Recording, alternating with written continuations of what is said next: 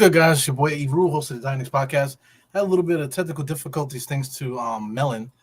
So Melon wouldn't let me sign in. So I'm no longer broadcasting on Twitter. I don't know if somebody flagged me or something, man, but it definitely jammed up my whole system. I had to reset it up. So anyway, we back in this again. Man, just let me give me a second here. Got me flabbergasted because I thought I was done. I thought I had to do something else here, but I'm back in business. Just gonna jump right into it. I didn't really get to do the whole intro that I would like to do or anything, but right off the bat here, the Knicks are up 3-1. Excuse me if I'm sweating. You know what I'm saying? Like I said, it was a little bit crazy trying to set this thing up, but anyway, we're in business here. I said we up 3-1, so I missed the first one. Obviously, we hit a 3-point shot. Good defense there by Richardson. So we got a couple Nick killers there. You got Richardson, you got Lowry starting, we got Jimmy Butler, and we got Bam Adebayo. So the big test here for Mitchell Robinson. Mitchell Robinson is supposed to be Defensive Player of the Year, top 5 centers in the NBA, and all this bullshit. But here we are starting this game here, playing against Bam Adebayo, who consistently busts his ass every single time we play. So let's see what happens here. It's about time. 5 years, 6 years playing in the NBA. Now you're gonna start playing good. So let's see if you're gonna do this, Mitchell Robinson.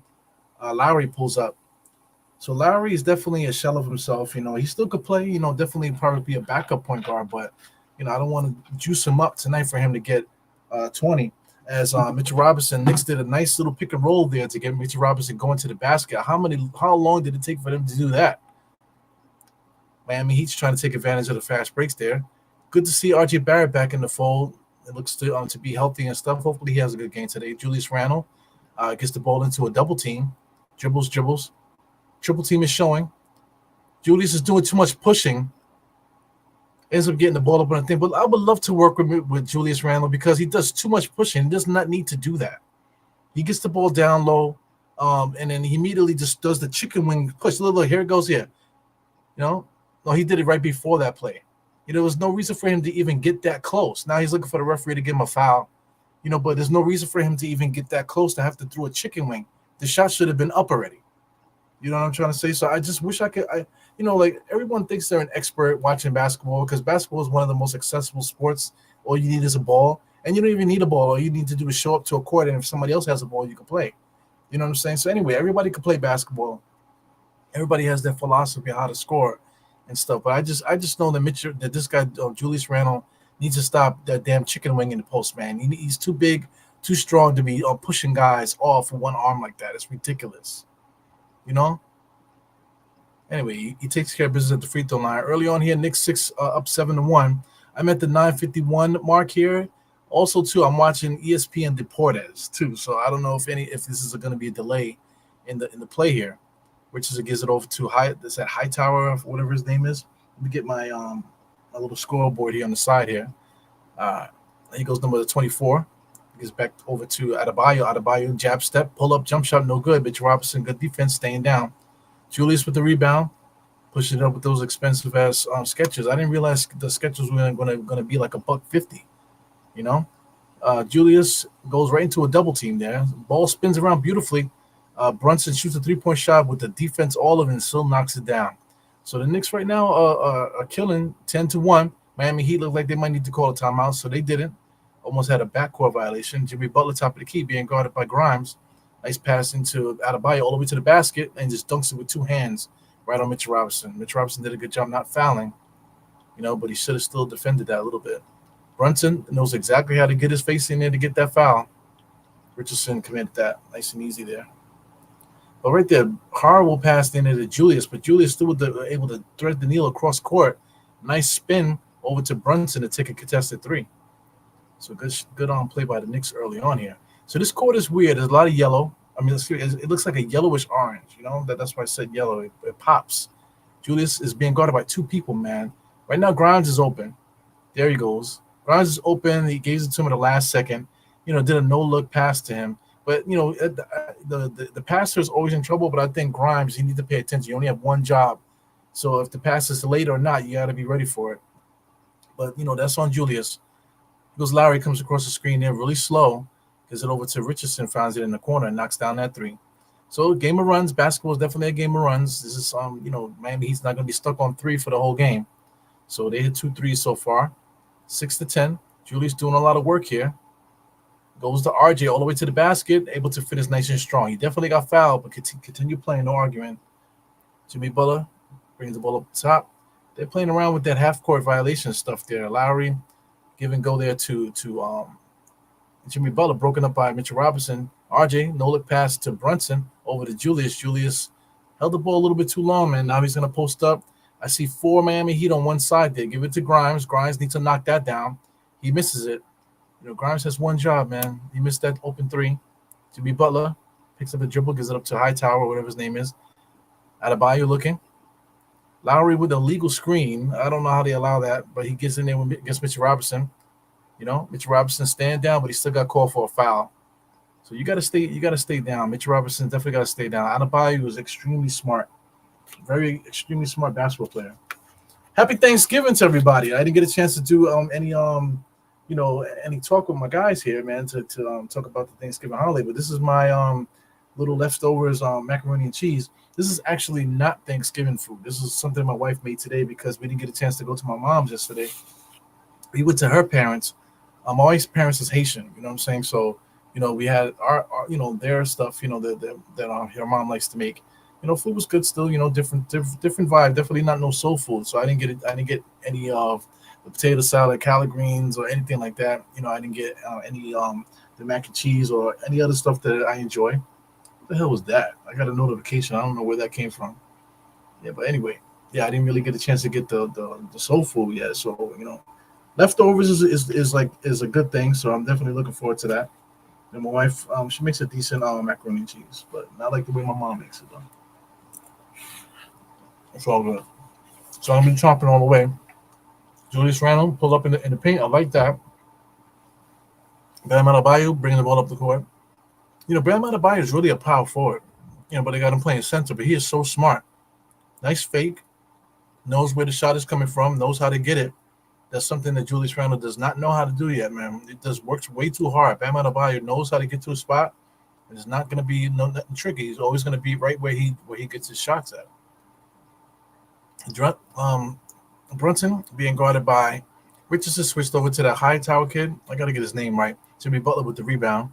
So the game is a game of runs. Here goes Miami Heat. They got a chance to get the lead or either tie it. Richardson gets all the way to the basket and lays it up. These NBA players always asking for fouls, man. Every single shot that's taken, they want a foul with it. So here goes Grimes bringing the ball up the court. Of course, looking for Brunson. He hits the corner. Brunson takes the left-handed screen, gives it over to RJ for the corner three, no good. Hartenstein inside, over the back a little bit. Here goes Bam Adebayo bringing the ball up the court. Nice pass inside to Jimmy Butler against a mouse. Richardson over to Bam Adebayo all the way to the basket. And he knows how to finish. Julius Randle just stood there and let him do it. I'm quite sure a lot of Knicks fans are loving that right there. So anyway, the Knicks were up by as much as 12, 12 to 12 to 3 or 10 to 3. But here goes Miami Heat on a nice little run here to take the lead.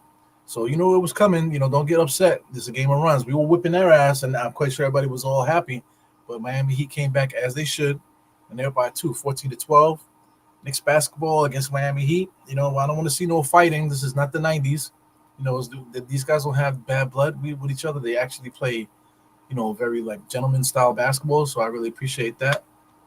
But let's get into it. You got Megas here. Was good. Always here, man. LaVon Carson was good, my man. We got Jackal. Yeah, man. Happy belated Gobble Day for everybody. Gobble Day is kind of problematic. I don't know if you should pause that, the Gobble Day. A couple people hit me up in a text with the Gobble Day. I don't know how I feel about that. You know what I'm saying? But, yeah, Thanksgiving is nice. People like to mess it up with all their other bullshit. I get it. Columbus, surprise, surprise, Columbus is a bitch. You know what I'm saying? A lot of people still think Columbus is a hero. Shout out to Italian Americans that use the Christopher Columbus Day as like a Italian Heritage Day. So I mean, it's okay to do Italian Heritage Day, but to talk about Columbus like he's not like a genocidal maniac, it's kind of crazy, man. But it is what it is. People gonna be ignorant. So my thing is let people be ignorant. You know what I'm saying? Let them be ignorant and just like look at those ignorant motherfuckers. You know what I'm saying? Let them do that. It's up to all those people to figure it out themselves. Like I said, you could do Italian Heritage Day and have your parade, and without having to put Columbus in it, you know. But since they don't get it, what's the point of fighting? You know. Today is actually Black Friday. This is on Native American Heritage Day. You know what I'm saying? So, people want to make their own day to make themselves feel happy. The protesting and stuff like that to make themselves feel unhappy on a day they should be happy. It's just weird. This world is very weird. My thing is, if everybody would just have a conversation, same thing with like we talk about the Knicks all day long. A lot of people keep talking about the same stuff over and over again and making it into a negative thing. It just makes you think that people just want to be miserable. So just allow people to do it. You want to be miserable on online talking about Julius Randle, how he's this, that, and the other.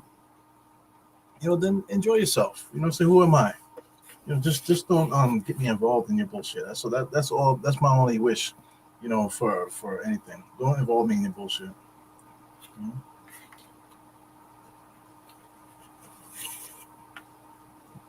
Let's see what else you guys are saying. Part one, he says, Pat I. He says Knicks need to take Grimes out of the starting line and put Dante. I agree with that. What I do agree with is the actual making a trade for somebody. Shout out to Brutus. Shout out to Brutus. I think this is the first time I've ever mentioned him. I'm trying to get my Twitter up so that way I can show actual pictures here. But I've been saying the same thing. But I'm just shouting them out because we're actually we actually agree on that. So let me see if I can get the tweet up while we're on commercial. But it's the trade for Bojan Bogdanovic from Detroit. He's been injured. He has a nice give and go by Julius to Hartenstein, but Julius should have just scored that. So that was a turnover on Julius. Too much extra passing, where guys need to just make the shot rather than looking to get closer and closer. Shout out to Kevin Love, fancy there, nice double pump, able to get Hartenstein in the air, and he jumps right into him. Now he's going to get a 3 free throws there. It's a good heads up move there. So I just want to show the tweet here, just to show my man Bruce some love. So we also enjoy that kid Darius. What's his name? Darius freaking Baisley. I really love his game too. So like the Knicks need a small forward. That's exactly what we need there. So let's do this on the screen here. Shout out to Brutus. This is Brutus here. Shout out to him. He does a lot of Twitter Spaces. I can't fuck with Twitter Spaces, man, because it just reminds me of the chat line and stuff. Where guys can get really loose with the mouth on there. So I do it too. So I'd rather stay away. So anyway, it just spots on right there for obviously Fournier. Daquan Jeffries, I'm not sure they're gonna ask for that. They're gonna want Grimes. So let them have Grimes. Fuck it, because we already got somebody that can fill the spot. So Bojan will actually go into the small forward spot. And everybody keeps saying that RJ could be the 2. So if you want RJ to be the 2, then who gives a fuck about Grimes? You know what I'm saying? Like, I don't understand. You want to slide RJ to the 2, but then you want to keep Grimes off the bench. But we got Dante and we got Josh Hart that play the same position. So let's make it make sense. But the big thing with this is if you get Bojan to be the starting small forward, to be the 3-point shooter, bring in Darius Baisley off the bench, to fill in that void. So Darius Baisley, he's really good basketball player. I don't understand why he's not in the NBA right now. But he definitely would be a great signing to have coming off the bench for us, especially if we get Bojan Bogdanovic here. Because I was looking at him, just have Bojan there, instead of Grimes or whatever, somebody that could score 20 points per game in the NBA. He's done it plenty of times and done it on 50-win teams. You know what I'm saying? There's somebody that experience that we absolutely need on the squad to get better. So just a couple sloppy plays here. You got 16-14, not much movement here. 5 minutes left in the first quarter. So that's one person I wanted to talk about. Just slide this over, get the scoreboard back up there. The next one is DeRozan. So that cat, I can't think of his name, but he's part of the Morning Brew Sports crew. He posted a trade today. Same thing, Fournier and Grimes, for DeRozan. He put on 2 first-round draft picks, whatever. All those draft pick shit is annoying. As Brunson gets all the way to the basket there to tie the game at 16. Brunson is the man. because Jimmy Butler trying to take advantage of the fast break here. Knicks doing a good job on defense, getting all the way in, but still you playing good defense, but still open up the corner to let the players slide in and still score. So what's the point of making defense if you're not going to close up on guys? Brunson over to Quickly. Quickly's back in the game for the first time. Comes across the screen, looking to get the ball to Julius. Too tight, too tight. IQ's got to stop picking up his dribble so easily like that. Jimmy Butler knocks the ball out of bounds from a cross-court pass. Nick's gonna inbound the ball now. Yeah, man, too much like the high post there with Julius. He's looking to get position. They were IQ right there. It's not a good look. Knicks can't get the ball in bounds. Give it to Julius. It's too tight. They're too tight on each other there. I just don't understand. Jimmy Butler with the steal. Jimmy Butler top of the key being guarded by Hart. Picks up his dribble. Looking to get the ball down to this kid here. Listen, this kid number 11, this guy is really good, man. He's going to be a good player for a lot of years for Miami Heat. Easy pump and dump there by Kevin Love. Sidestep and shoots a three-point shot. So easy. Veteran shot there. Could barely move, but hey, you respect his three-point shot that much that you jump out of the way like that? The guy can't even move. Because Julius being guarded by Butler on the post, on the inside. Julius with the push-off. He's got to stop that. That push-off is so bullshit, man. Here comes Larry bringing the ball up the court. Larry's very, very slow, man. Gets all the way into the basket, though. Kevin Love with another fake overhead pass looking like Larry Bird there. Brunson knows how to do the bullshit, too. Full court pass to Julius. Gets it to IQ for the floater and knocks that down. So IQ and Julius just banged into each other just now. Here goes Larry bringing the ball up the court. Larry used to be a big-time player, man. He can still get points, so I don't want to jinx that. But he goes on Kevin Love again. How many open three-point shots does he need? He misses that one. Ball ends up in Josh's hands, trying to push the thing here. IQ, top of the key, trying to give Brunson a give and go. Back to Julius, gives it to Hart in the corner for three and knocks that down. So the Knicks are playing some good basketball for the most part. Miami Heat's going to call timeout. Very good stuff going on here. Yeah, man, happy holidays, man. We are in the holiday season. And shout out to everybody that's enjoying your families and stuff like that. Shout out to everybody that's doing their friendsgiving and hanging out and doing parties, for Black Friday and throughout this weekend and stuff. Hope you guys enjoy yourselves and have a good time. Remember I used to do that. I used to do the whole family thing, like Friday, Thanksgiving belonged to my mom's, then I got married, then it became a two family thing. Then the next day I go hang out with my dad. If not Friday, then Saturday. But this year I really don't give a fuck about that. None of that shit this year. Because I feel like I'm the one that has the children. You know what I'm saying? So, and I work hard and stuff, and then there's a lot of stuff going on our end, and we got to do too much now to do that. Listen, it's like it's over. You know what I'm saying? So, hopefully that this time around Christmas, we'll host something, and then if anybody comes over, it's up to them. But us having to go to other people's houses is becoming a hardship on us right now. So I get it. Making the effort to come out to families and stuff is cool. But gotta switch it up a little bit sometimes. Take it easy. Shout out to Jarrell, CO, and the place to be. Yeah, salute everybody. Everybody saluting. Kevin Love is old as fuck, man. You see, he looks like freaking Mr. Fantastic with the gray sideburns. Super old, man. If anything with him, like the thing should be don't jump, man, because he just wants you to do that. He wants you to jump so he can do the stupid ass pump fake and do the side step and shoot the three. It's that old guy in the park, you know what I'm saying? Still getting buckets because nobody knows how to play. Shout out to Geraldine here. What's good? Yeah, man. So shout out to everybody in the chat. I don't know how I'm gonna do it, but I'm gonna do this full game watch along. Like I said, I am sick a little bit. I got I'm sweating here. It's not because of the heat. It's because I have like freaking a stomach bug or something like that. Man, I'm just shitting my brains out for like the last couple of days. Well, basically since Thanksgiving. But it wasn't because of the food. It's just because my kids and my wife had stomach virus, and here I am, the last one to get it. So thank God nothing's coming out of my mouth. Everything's coming right out of my ass, man. So so if I sweat too much, whatever, just know that that's what it is. But to switch the topic on that, after we do this, I'm gonna do actually host the post game on Nothing But Knicks tonight.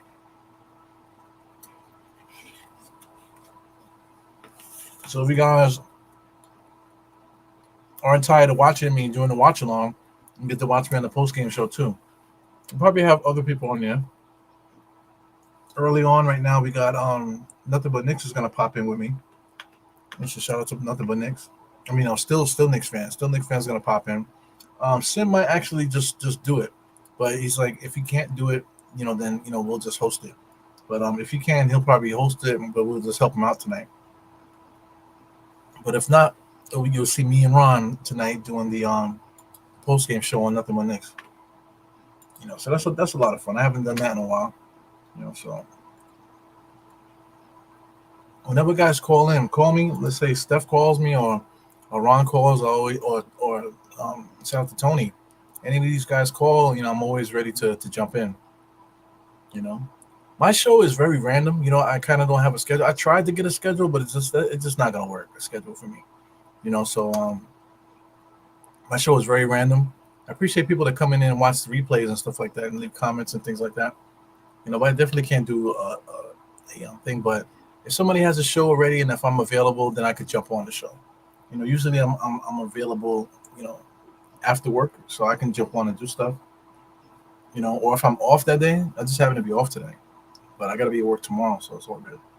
You go Juju coming around the screen there, being guarded by Bam there. Double pump. This is the IQ. Barely got to him. Back to Julius. Julius, a lot of energy tonight. Cross court pass to Dante, and he misses everything. So Julius Randle needs to get his eyes checked.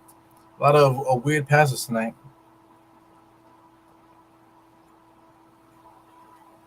So I count three. That's like three turnovers there. Trying to get the pass to somebody, but off the target there. So there's always going to be the passer's fault. Shout out to Jimmy Butler right hand side. Gives it over to Bam Adebayo. Bam Adebayo got a whole paint wide open. Somehow Butler gets wide open. I don't know where Josh Hart was. There was nobody picking off Josh Hart. Josh Hart all of a sudden just ended up in the paint there, leaving Jimmy Butler wide open. And I don't even understand what the hell happened there. Dante to Julius. Ooh, nice cut to the basket. Pass was off-centered there. Hartenstein wasn't able to finish. I think it was Miami Heat coming down with a lot of energy. I think it was this kid, number 16. Over to Love. Love pump fakes. That's all the old man got. Up and under move there. Hartenstein jumping around for a guy that can't move, man. Stop jumping around for this fucking guy, man. Pump fakes like goodness gracious, man. You don't need to jump with a guy that can't jump. Doesn't make no sense. IQ comes around two screens there, just dribbling around for no reason. Josh Hart comes around. He should have gave it to him. But IQ is just going one-on-one. He falls to the ground. What is going on here? He falls to the ground. Did they call it travel? Because I see them walking the other way. Did they call it travel, or it's going to be a foul on Miami? So, I mean, like, IQ is just out of control. I don't know what's going on with IQ's hair. He seems like he's growing it out. So I don't know if he's going to do the natural route and he's going to, like lock it up. But he's definitely rocking with the bush underneath the twist. So the twist might actually be I don't know, but it might be like perm maybe. Maybe he's growing it out so he can be more natural. It's interesting. IQ gives it over to Dante. Dante fakes the three, drives all the way to the basket, little floater. He misses that because Miami Heat trying to take advantage of the fast break. Richardson gives it over to this kid here, number 11, back to Josh Richardson. Stole it from nice and easy. Quickly out of control, just gives it right to the old man. It's going to be a jump ball. So I don't know if Miami called a timeout. I think Miami called a timeout. So old man Love is actually doing his thing right now. You can see his muscle tone is changing. He just looks like an old guy now. It looks like an old dude that you find in the park and pick him up. And next thing you know, he got all the buckets, all the assists. It is what it is here. IQ is so erratic, man. So I pull for him. I kind of want him to be a starter at this point now, but I mean he's so erratic that that you can't really rely on him to be a starter. I think he absolutely still could, but in the starting unit, the Knicks need players that are going to be more like methodical and just smarter. Somebody as wild as IQ, they're kind of just stuck on the bench, That's why the veteran leadership from a guy like Bogdan and DeRozan. DeRozan still can get you 20 points per game. He's still explosive, still can get to the basket, still has a great handle, can pass the ball and that type of thing, shoot it mid-range. So that's something that the Knicks could use, man, between Brunson and DeRozan in the mid-range.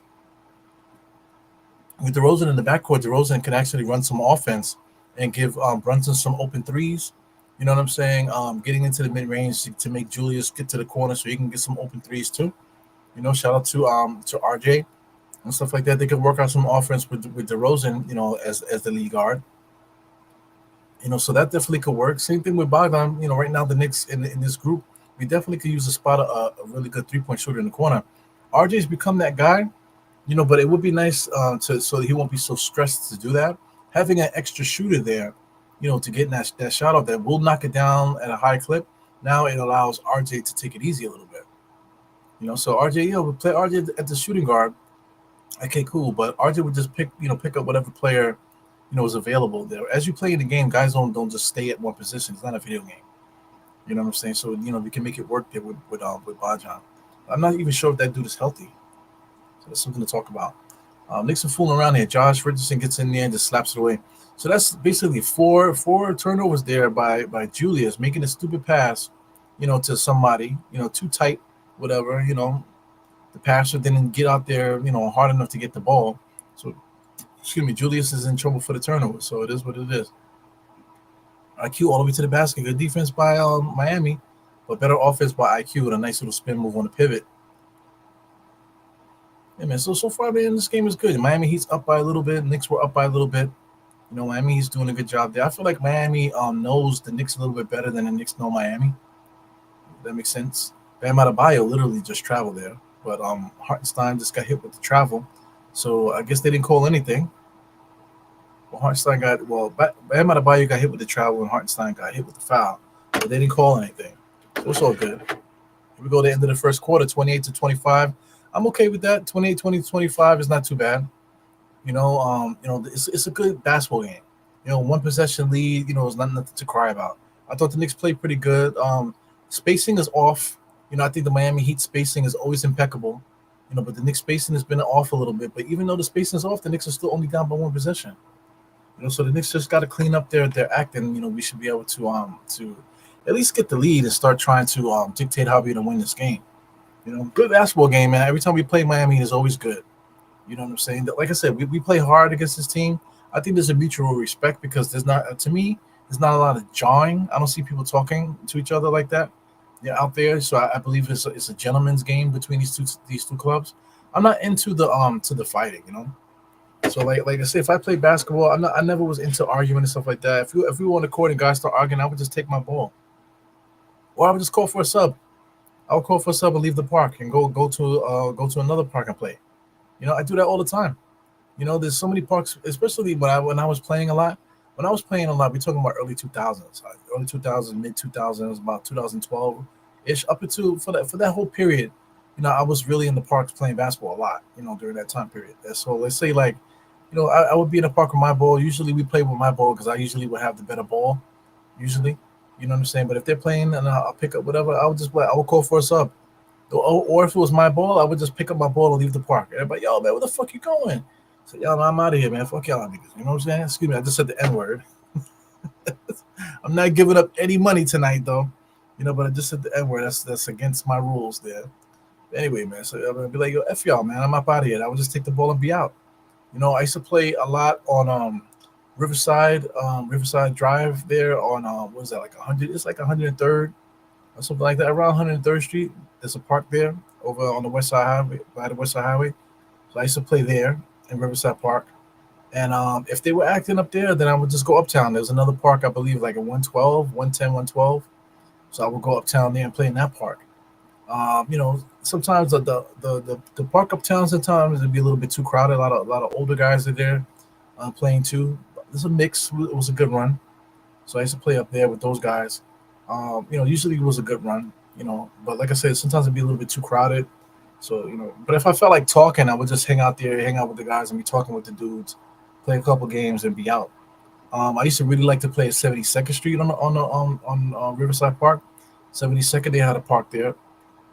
I used to play. There used to be some really good run there sometimes. Yeah, so those are my home courts right there. I used to play around there about 20 years ago.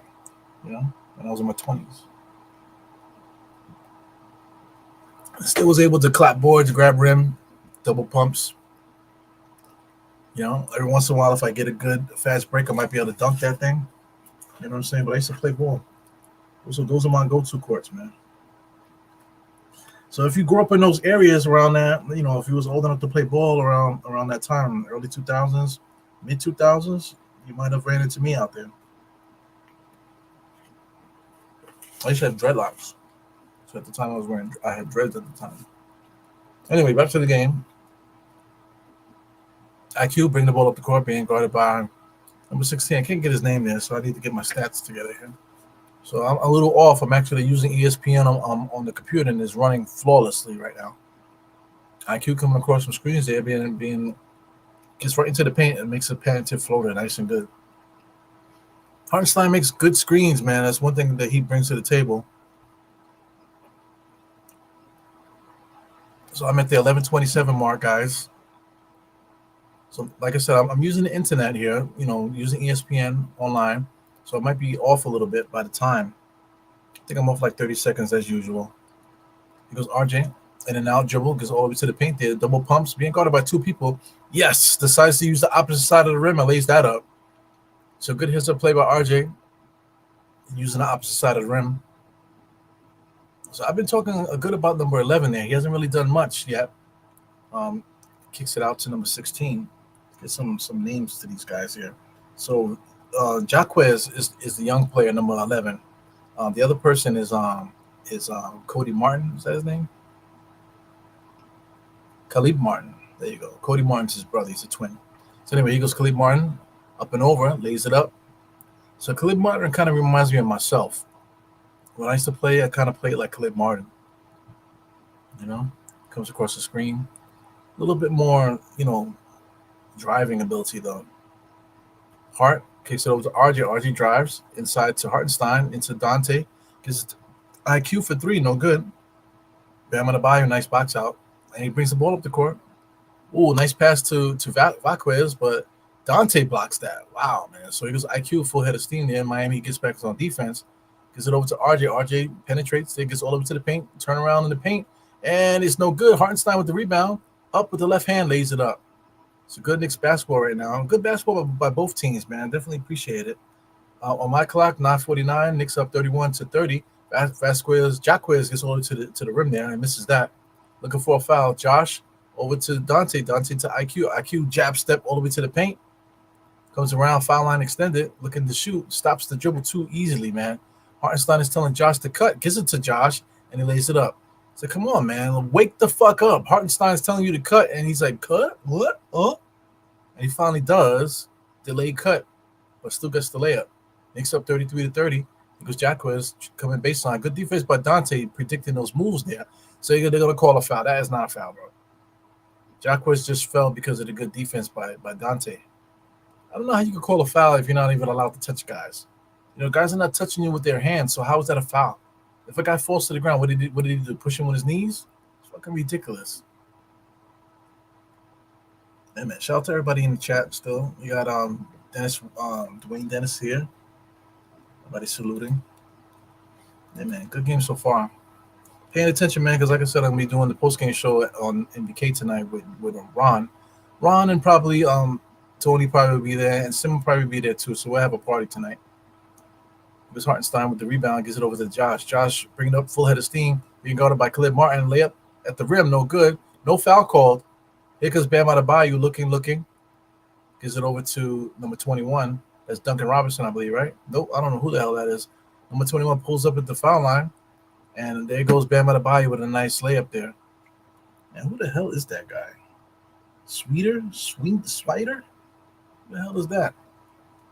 Another player that Miami found off the street, right? Hartenstein with a nice little floater there, no good. Miami Heat is really good at finding players off the street that can really play. There he goes, number 21, sidestep, three-point shot is up. He misses that. He looks a lot like Duncan Robinson, I got to tell you that. Josh Hart bringing the ball up the court. Josh Hart looks off tonight. Comes around the screen, gives it over to RJ. RJ Dante to the basket. Hartenstein for three. Nah, don't shoot that. Yep, give it to Dante. Dante, yeah, you shoot it. And he gets fouled, no good. So good basketball there by Hartenstein and Dante, understanding the moment. Jaquez is playing good, sweating his ass off, not really getting any positive results. But he's trying there. Rookie mistake coming around the screen. Sometimes you gotta see the movement. go under the screen. They tell you to fight over the screen, but you got to read the moment. If Hartenstein got his butt out like that, you got to go under the screen. So you just understand as you play the game. Anyway, Dante free throw, he misses that. Dante don't miss free throws, bro. Usually a good free throw shooter. Still at the free throw line. I love his kicks, man. I'm not sure how you pronounce it, but it's ANTE. It's a foreign company. I believe it's some kind of Chinese company, I believe. But they make good kicks, man. They make very stylish kicks. So I never put one on my feet. Actually, I did. It was back in the days that the shoes were kind of ugly though. So it was actually a. Let me get the story straight. I actually got the shoes free because I was playing in a tournament. It was a tournament sponsored by like a couple like European and foreign companies and stuff like that. I was actually in a tournament. I got some kicks. Kicks were ugly. You know what I'm saying? But that was early on in their thing. That's like I'm talking about. This is like 20 years ago. When they used to play a lot. Because Jacquez comes across the screen, pulls up. Shout out to ANTE. Like I said, I'm not sure what kind of company they are. Shout out to K1X. K1X. They used to be a really cool company that I used to like. I was in a tournament. It might have been the same tournament where I was trying to get their kicks and they didn't have any more. So I think that's why I had to get the ANTE for the game. So I remember those kicks not being the best, but they also were like brand new to the basketball world, at least for the U.S. market.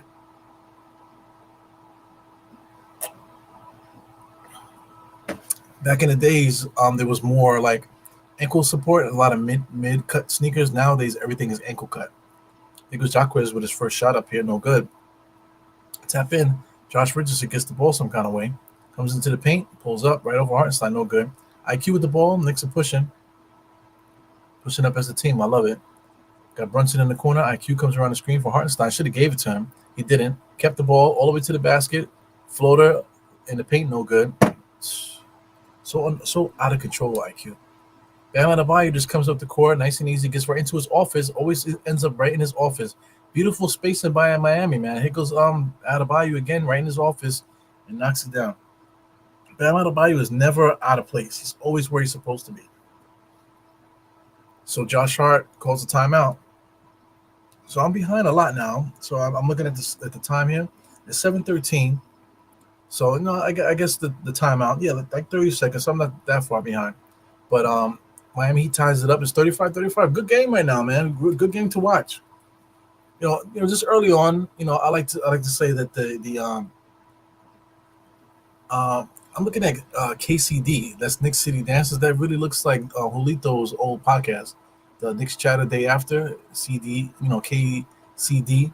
All he needs is the A, and then it's literally their channel now. So shout out to Julito. I know that show ended because it was too much drama. I get it, man. Twitter Spaces is too much. Guys get really loose with the mouth on Twitter Spaces, man. That's why I couldn't fuck with it. I told my man to suck my dick on that thing. So that tells you right there. So I just don't want to be. I don't want to be involved in that anymore. That's why I'm not on Facebook anymore.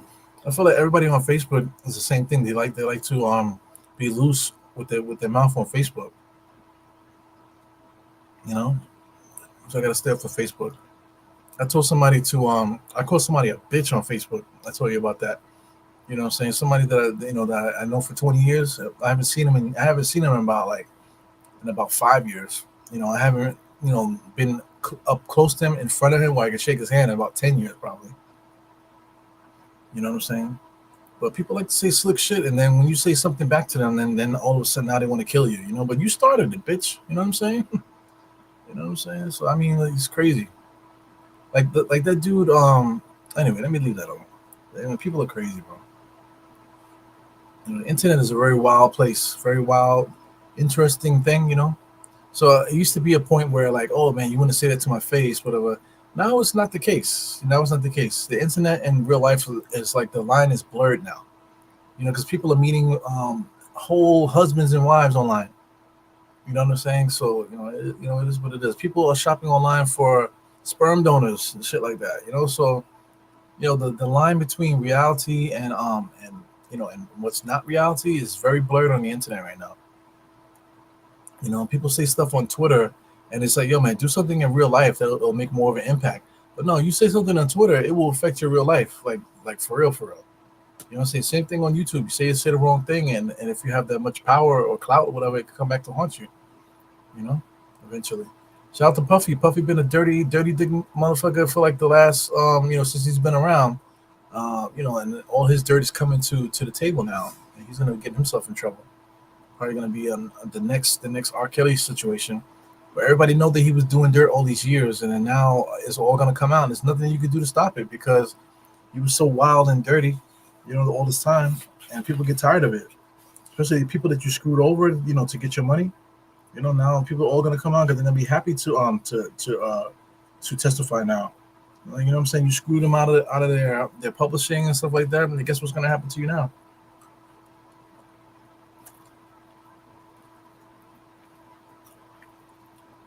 Shout out to Aaron Hall too. That's another dirty dick motherfucker.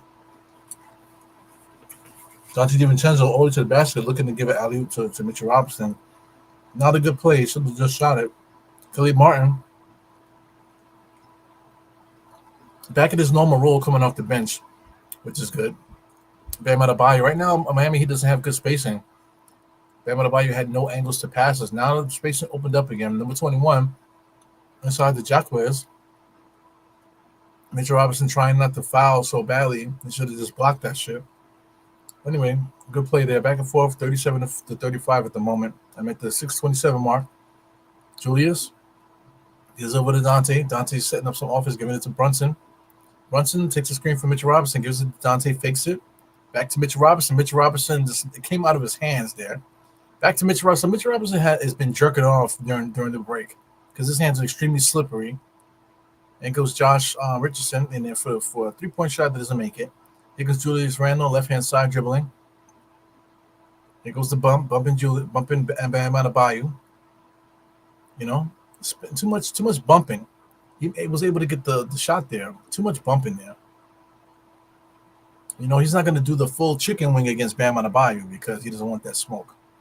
There goes Jacquez, top of the key. Jacquez is going to be a good basketball player. Remember that name for Miami Heat. Wow. Interior play there. It looks like Mitchell Robinson and Bam Adebayo there.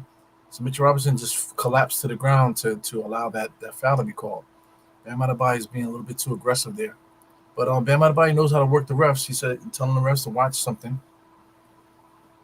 And good basketball right now, man. I would hate for this game for anybody to break through and to start to win this game by more than 20. This is one of those games that you just want to see towards the end now. Bam Adebayo goes to the end of the bench like he's not going to come back in. Got 5 more minutes left. Brunson top of the key. Takes a screen from Mitchell Robinson. Being double teamed. Kicked out to Josh Hart. Josh Hart better make that wide open. Misses that. Julius with the offensive rebound. He misses it. So somebody clearly has been messing around with the cocoa butter during the break there.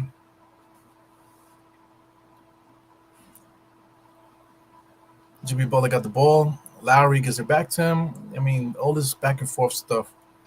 Certain teams do a lot of weird things with the ball. I still understand. A lot of wasted stuff. Kevin Love gives it over to Jacquez. Jacquez comes around the screen there. Back to Love. Wide open. Surprise, surprise. Air ball. But Jacquez stayed with it, got it, and laid it back up. Like I said, I'm a big fan of this guy, Jacquez, man. He's really good. Here goes Brunson, top of the key. Guarded by Jimmy. Comes around. Love picks him up. Jimmy takes it over. So Mitchell Robinson was wide open. Kevin Love left him. Brunson puts Butler in the mix. Here comes Jacquez. Head is up. Jimmy Butler there pushed off on Grimes there, with 2 hands. Alley-oop was thrown. He still was able to make it, but he definitely pushed off with Grimes' 2 hands there.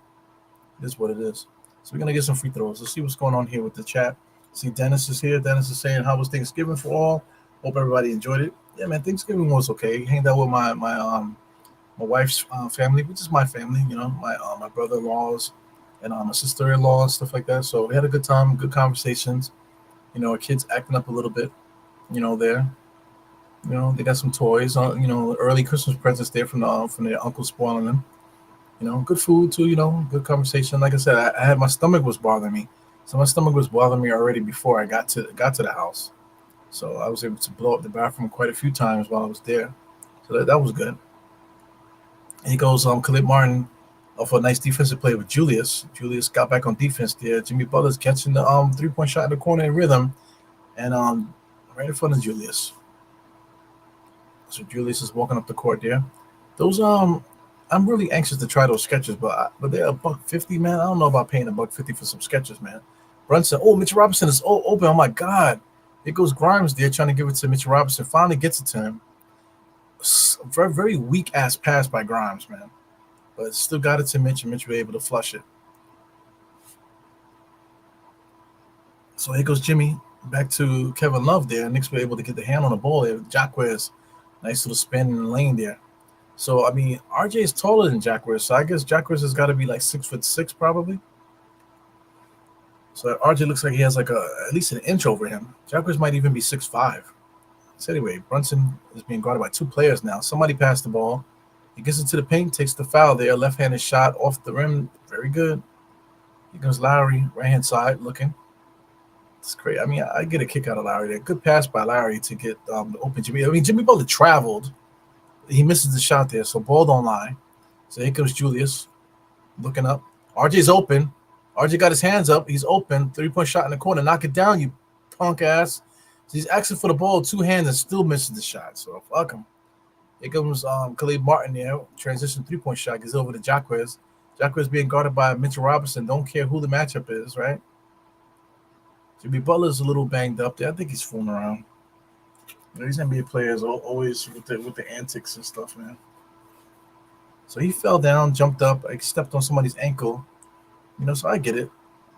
You know, still able with the frame of mind to keep himself from traveling. He looked like he traveled. But just watching the replay there, he just basically stepped on somebody's foot. So that's all right.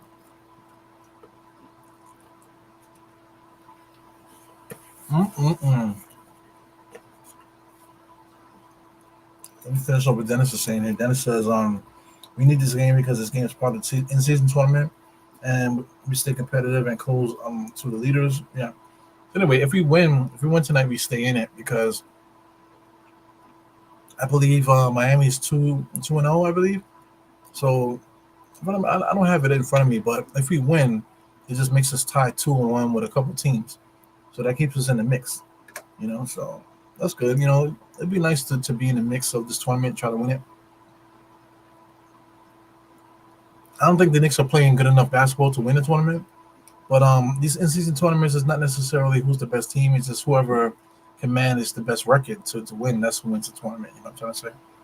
So it would be nice to win. You know, it would be nice to win it. Be the first one to win it, win the in-season tournament. That's good karma there. So I'm with it. Yeah, Grimes' defensive awareness is weak. Yeah, people keep saying he's a 3-and-D person. The 3-point shot is very streaky. He's a streaky 3-point shooter. You know what I'm saying? His defense, he's been getting cooked on defense, man. His team defense has been pretty poor, you know, and then his on-ball defense hasn't been good this year either. You know what I'm saying? For all the work there, I mean, he was working with Penny Hardaway. He's literally working with Penny freaking Hardaway. You know what I'm saying? Penny Hardaway has his own people to work out with, you know, being the head coach of a college team. So he's playing, you know, hopefully a Hall of Famer eventually, Penny Hardaway. You know, and you know, he coaches college kids. So that's under good hands there for the summer. And then he got a chance to work out with JJ Redick as well. You know what I'm saying? So JJ Redick was taking credit for certain things. But look at the way he's playing. Grimes is just not playing good basketball at all, man. You know, but people like to call the game from their imagination. I've been saying that for years. You talk about the game from your imagination. Yeah, you know, certain guys they say RJ. Oh, I've been told to tell you, but listen, RJ hasn't played this good up until now. You know, right now I don't have anything bad to say about RJ right now. You know, same thing with Mitchell Robinson. I can complain a little bit, but I can't really say nothing bad about Mitchell Robinson now. But people seem to think that Mitchell Robinson has been playing this way all his whole career. He has not been playing this way his whole career. You know, this is the best ball that Mitchell Robinson has ever played in his career. You know what I'm saying? It's about time. You know what I'm saying? So it's not like I told you so. You can't say I told you so after 6 years, bro. You know what I'm saying? Come on now. It's ridiculous. You know, for the last 5 years, the guys were not playing good basketball. You know, now they finally playing ball, so now you're gonna say I told you so. After 6 years, that's ridiculous, man. You know. Anyway, like I said, I don't have nothing bad to say about those guys. Of course, Grimes, you know, if Grimes stays with it because he's a hard worker, in another like within what he's this is his third year. In 2 more years, I'm quite sure he'll probably be finally a good player. So we have to wait 2 more years for Grimes to be a good player. By that time, Mitch Robinson will be a 7-year veteran. Like, come on, man. Like, cut the bullshit. Cut the bullshit. That's what I wish would happen. I wish people would just cut the bullshit out. Grimes top of the key gives it to Brunson. Brunson being guarded by Cleve Martin. Open in his office, pulls up, tries to draw a foul there. He does. I mean, I don't like. If I was on a Miami Heat, I would be mad about that. But I'll take it because he's on our club. But that's definitely him drawing his own contact there, leaning in. So he leaned in a little bit too much. Referee called it. You know what I'm saying? He jumped into him, absolutely. So if I was Miami Heat, I would be so pissed right now. Big time N1 play there, absolutely.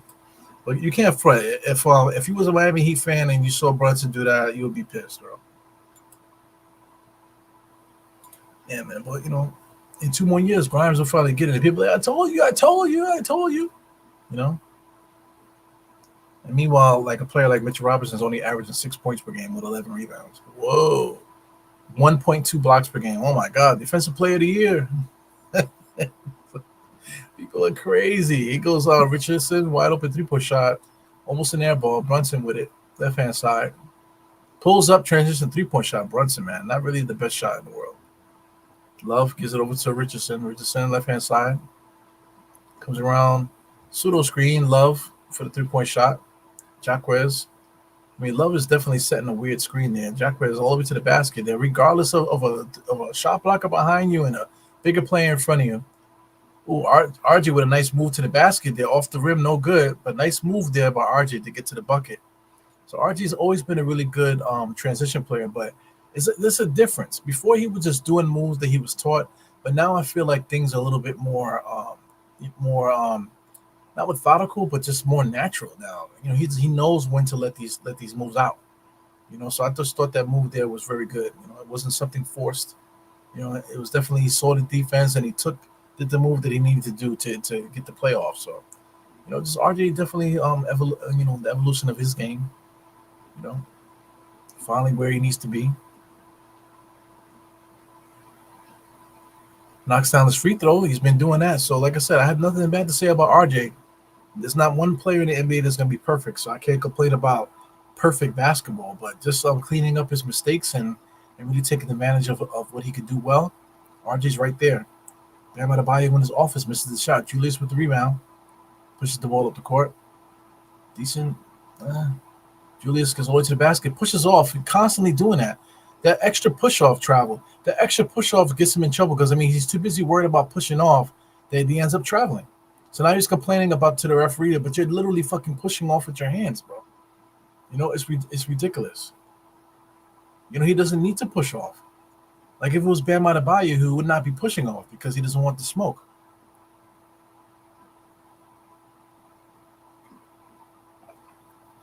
Josh Richardson over to Lowry. Lowry normally will pull up for three, that far out.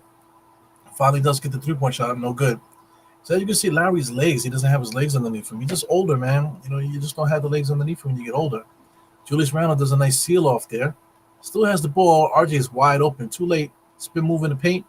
Doesn't knock that down. Ball's up. Oh, Mitchell Robinson fell there. But the referee's going to give the Knicks the foul. I just don't agree with that. Mitchell Robinson has the worst sneakers I've ever seen. He has the worst kicks I've ever seen on his feet right now. Julius shot is out. They're showing a replay. Look at Mitchell Robinson's kicks, man. As he hits the full, look at those kicks. The worst kicks I've ever seen. I just don't get it.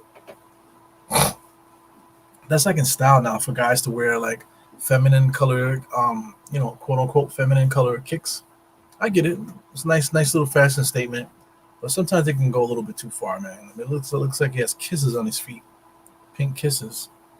Mitchell Robinson still can't make free throws. 6 years in the fucking NBA, can't make free throws. Yeah. He made a joke saying that his forehead is getting big, his hairline is receding. Yeah, his hairline is receding. You know what I'm saying? It looks like in the back he might have a little bald spot in the back too, growing. You can't really tell because his hair's so thick. But it looks like he has a little bald spot in the back too. So listen, man, time goes on, motherfucker's hairline is receding. Shit is crazy. Came into the NBA as a young player, now his hairline is receding. Still can't make free throws. Lowry, top of the key. Julius Randle switched off. Lowry picked up his dribble. Butler gets it in, being guarded by Grimes. Back to Love. Love to Jacquez. Jacquez comes around a beautiful Love screen all the way to the basket. Jacquez doesn't care who's guarding him. Mitchell Robinson shoots that. Lowry somehow gets the rebound. So Hightower, I believe his name is, shoots a three-point shot. No good. Kevin Love in the position to get the rebound. Jimmy Butler straddling that half-court line. Jacquez gets the ball somehow. Top of the key being guarded by Grimes. Shot over to Kevin Love. Good defense by the Knicks. Brunson in the wrong spot there. Love somehow gets the three-point shot. And RJ fouls him. I mean, stupid-ass basketball plays right now. Julius, left-hand side looking. Stutter steps. There he goes with the push-offs. Stay with the push-offs. Grimes wide open three-point shot. He knocks that down. Golly. Thank God Grimes could knock down that three. It's one thing about Grimes, too. I got to, let me get rid of this here. Shout out to my stomach. But we ain't going to worry about that. I just want to show you the shot here. I don't have a ball here. I usually do. But, Grimes has the ball here. He gets the shot. Somehow, this hand here ends up like this. Ends up like this with the hand like this. Ends up like that. And then this hand here, which is the shooting hand, he hyperextends his elbow like this. And then he kind of like shoots. He doesn't shoot straight through. He shoots with his hand, with his wrist ends up like this. So he's like hyperextending his thing. And the other hand is like this. So after he shoots it, he ends up like this in the air. You know what I'm saying? So I just don't like that. There's something that's being taught, I guess once you have your own shooting form or whatever, and it's comfortable for you, then you just continue working through that. But I just think his jump shot is a lot going on with it. It leaves a lot for variables. It's a high arcing shot too. So all those movements and a high arcing sense of it, I just don't like it. It could just be me, but I just don't like it. So anyway, let's get into the quarters in the summary. Check out the quarters here. So this is okay. Well, let's do that. In-season tournament here. Miami's 2-0. Knicks are 1-1. So if the Knicks win, they'll be 2-1, and Miami will be 2-1. So that's good for the Knicks there. The standings: Milwaukee Bucks are still 2-0. So Milwaukee, I'm not sure who they're playing tonight, if they are playing. I don't see their name on the schedule here. So I don't see their name in the schedule. So anyway, if the Bucks lose, then there'll be three teams with 2-1. So that'll make things interesting. But if the Knicks lose, then we'll definitely be down here with Charlotte and stuff like that. Charlotte and these guys are basically out. You know what I'm saying? So if the Knicks win, the Knicks stay in the tournament, which is nice. It's fun. So anyway, let's get into the quarters. Miami Heat 28-25. Second quarter 22-26. So the Knicks were able to cut the lead there. This game is fun. Make the game nice and interesting, man. Let's get back to the score. The score is 50-51. Knicks are up by 1. Good game, man. You can't front Miami. He's making their little mistakes too. Shout out to Jacquez. Certain guys are taking shots that they shouldn't be taking against the Knicks defense. The Knicks are messing up the ball as far as passing. A couple turnovers that they shouldn't have had.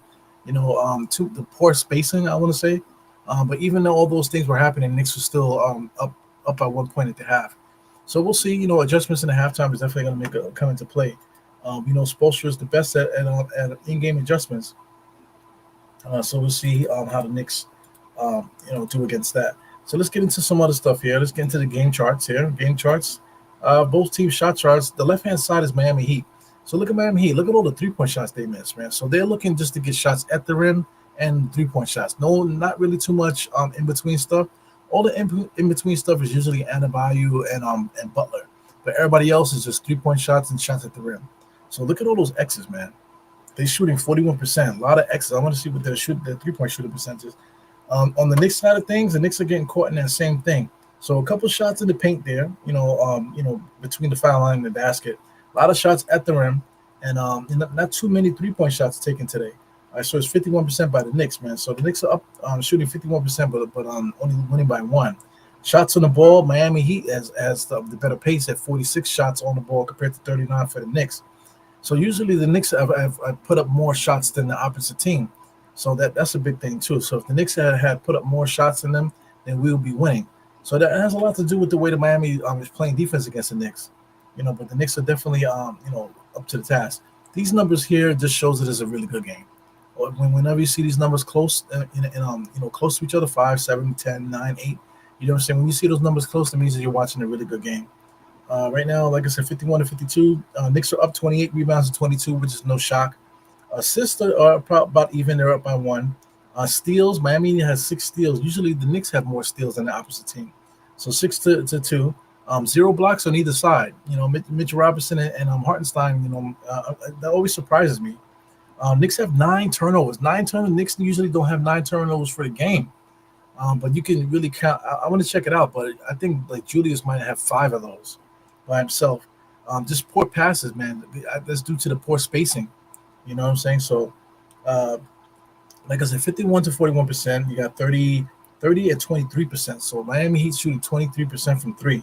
Knicks are right behind them at 30. So I anticipate that those 3-point shots to start falling down. So the Knicks are really gonna have to get out there and play defense because we allow too many shots out there for the 3-point shot.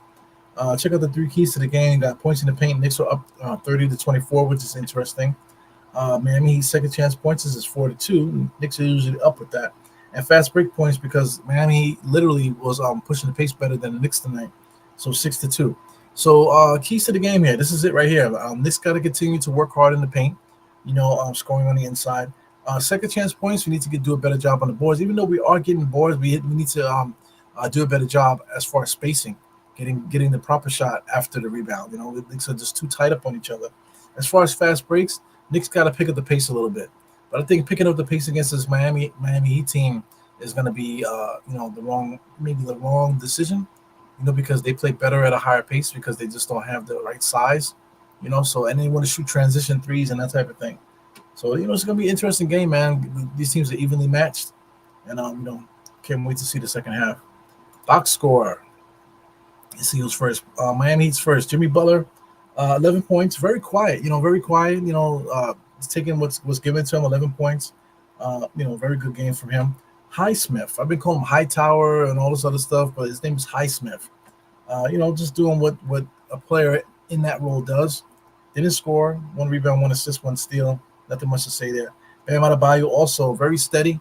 13-7. His day is over. So is this guy going to get 26 and 14 tonight against Mitchell Robinson? The defensive player of the year, man. Whoever's saying Mitchell Robinson's defensive player of the year, please cut it out. Okay, please cut it out. Bam Adebayo is busting his ass tonight. Okay, so night after night, he's not playing good defense. I just don't get it. People need to stop saying that. Kyle Lowry, just older. Kyle Lowry's older. Only 3 points, two rebounds. Does he have assists? No assists. One steal. He's older right now. Josh Richardson, notorious Nick killer, man. So watch out for him. 8 points. Nothing else really to talk about. Ones across the board. You got Jamie Jaquez. I really like his game. He got 6 points. Hard worker. Definitely took a couple bad shots. Hasn't really read the defense properly. He attacked Mitch Robinson quite a few times for no reason. Kevin Love is mad annoying. 7 points, 3 rebounds, one assist. How many threes? 1 3. It seemed like he had 7 threes the way that he was playing today. Khalid Martin, another good player coming off the bench there, 12 minutes. A couple rebounds, a steal and assist, 6 points. Good basketball player. And I don't know who the hell this is. Cole Swider? Never heard of him a day in my life. Cole Swider. What school did he go to? He was undrafted. He went to Syracuse. So I remember watching Syracuse, but Cole Swider, I have no idea. 6'8". Reminds me of Duncan Robinson. 6'8", 3-point shooter, 24 years of age. Just a guy they found off the street, I guess. He was undrafted. But Miami Heat always does a good job of finding guys like that, and they end up playing really well for them. So just keep an eye out for that kid. But it is what it is with these guys here. Let's look at the Knicks. I thought RJ played a good game. No blocks, no steals, but he had 2 rebounds, 1 assist, 6 points. Nice steady game for him, I think. Julius had a good game too, but he got caught for 6 turnovers. So I blame the turnovers due to the spacing, poor spacing the whole night so far. So Knicks definitely got to clean that up, get the spacing better, so the passing angles will be a lot better. So anyway, 6 turnovers is a lot, man. It's always the passer's fault, but I thought today the catcher wasn't in proper position to catch the ball. You know what I'm trying to say? So anyway, 11 points for him, 5 assists, 4 rebounds, full night for him almost. Mitchell Robinson, I thought played decent. 4 points, 5 rebounds, 1 steal, no blocks again early on in the game. Brunson, 5 for 7. Attacking, not really doing much else though. 1 rebound, nothing else to speak of, but 12 points. Attacking the way that he does. Grimes hit a 3-point shot and he had 2 assists. I believe both shots were like dump offs to Mitchell Robinson, and I think Julius had a dump off from him, if I'm not mistaken. Or it might have just been both to Mitch. Grimes is really not doing nothing for us, guys. I just don't understand what people are saying. Like he needs a different role. If he was on a different team or a younger team, he probably would show a lot more. But on this Knicks team, man, he looks like a shell. Hartenstein, a lot of energy, 2 points, 4 rebounds, 1 assist, 1 steal. Hard-nosed player, sets good screens. He's playing good. Josh Hart, another invisible player, 5 points, 3 rebounds. The fantasy of him playing power forward and small forward is ridiculous. You know what I'm saying? So we need to make a decision between Grimes, Josh Hart, and DiVincenzo. One of them has to go. We can't have three of them. One of those guys have to go. But we have to upgrade the team. Get us another scorer. Like I said, Bogdanovich from Detroit or DeRozan from the Bulls. Two players that make around the same amount of money. Get one of those guys here and watch the Knicks grow. Watch the Knicks become they're already a playoff team. Watch the Knicks go from a playoff team to what do you call a title contender. You got to say that, a title contender, because if the Knicks are already a second round and a second round team, for most people think that's the case. Knicks are a second round team. Getting DeRozan will get us into the Eastern Conference Finals, I believe. And then once you get there, then anything goes. Anybody can get to the finals at that point. So get us one of those two guys, along with another wing player, to help out the wings. So, like I said, Darius Baisley would be a really good player to pick up, with the Knicks here. So yeah, let's look at Darius Baisley. So I'm gonna go to YouTube. So let's take a look at Darius Baisley. I'm doing a quick YouTube search since we're on at halftime. Shout out to Watch Along here. I got 9 people watching right now, so I mean I get it. It's still the holiday season, so not really a lot of people watching, but I don't give a shit. I'm still doing the thing because I love it. But Darius Baisley. So it says serious, right? So let's do it. There.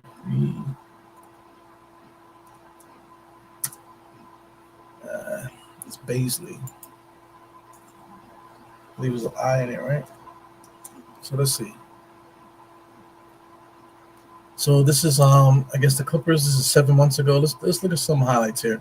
So this is him in the summertime. This is something.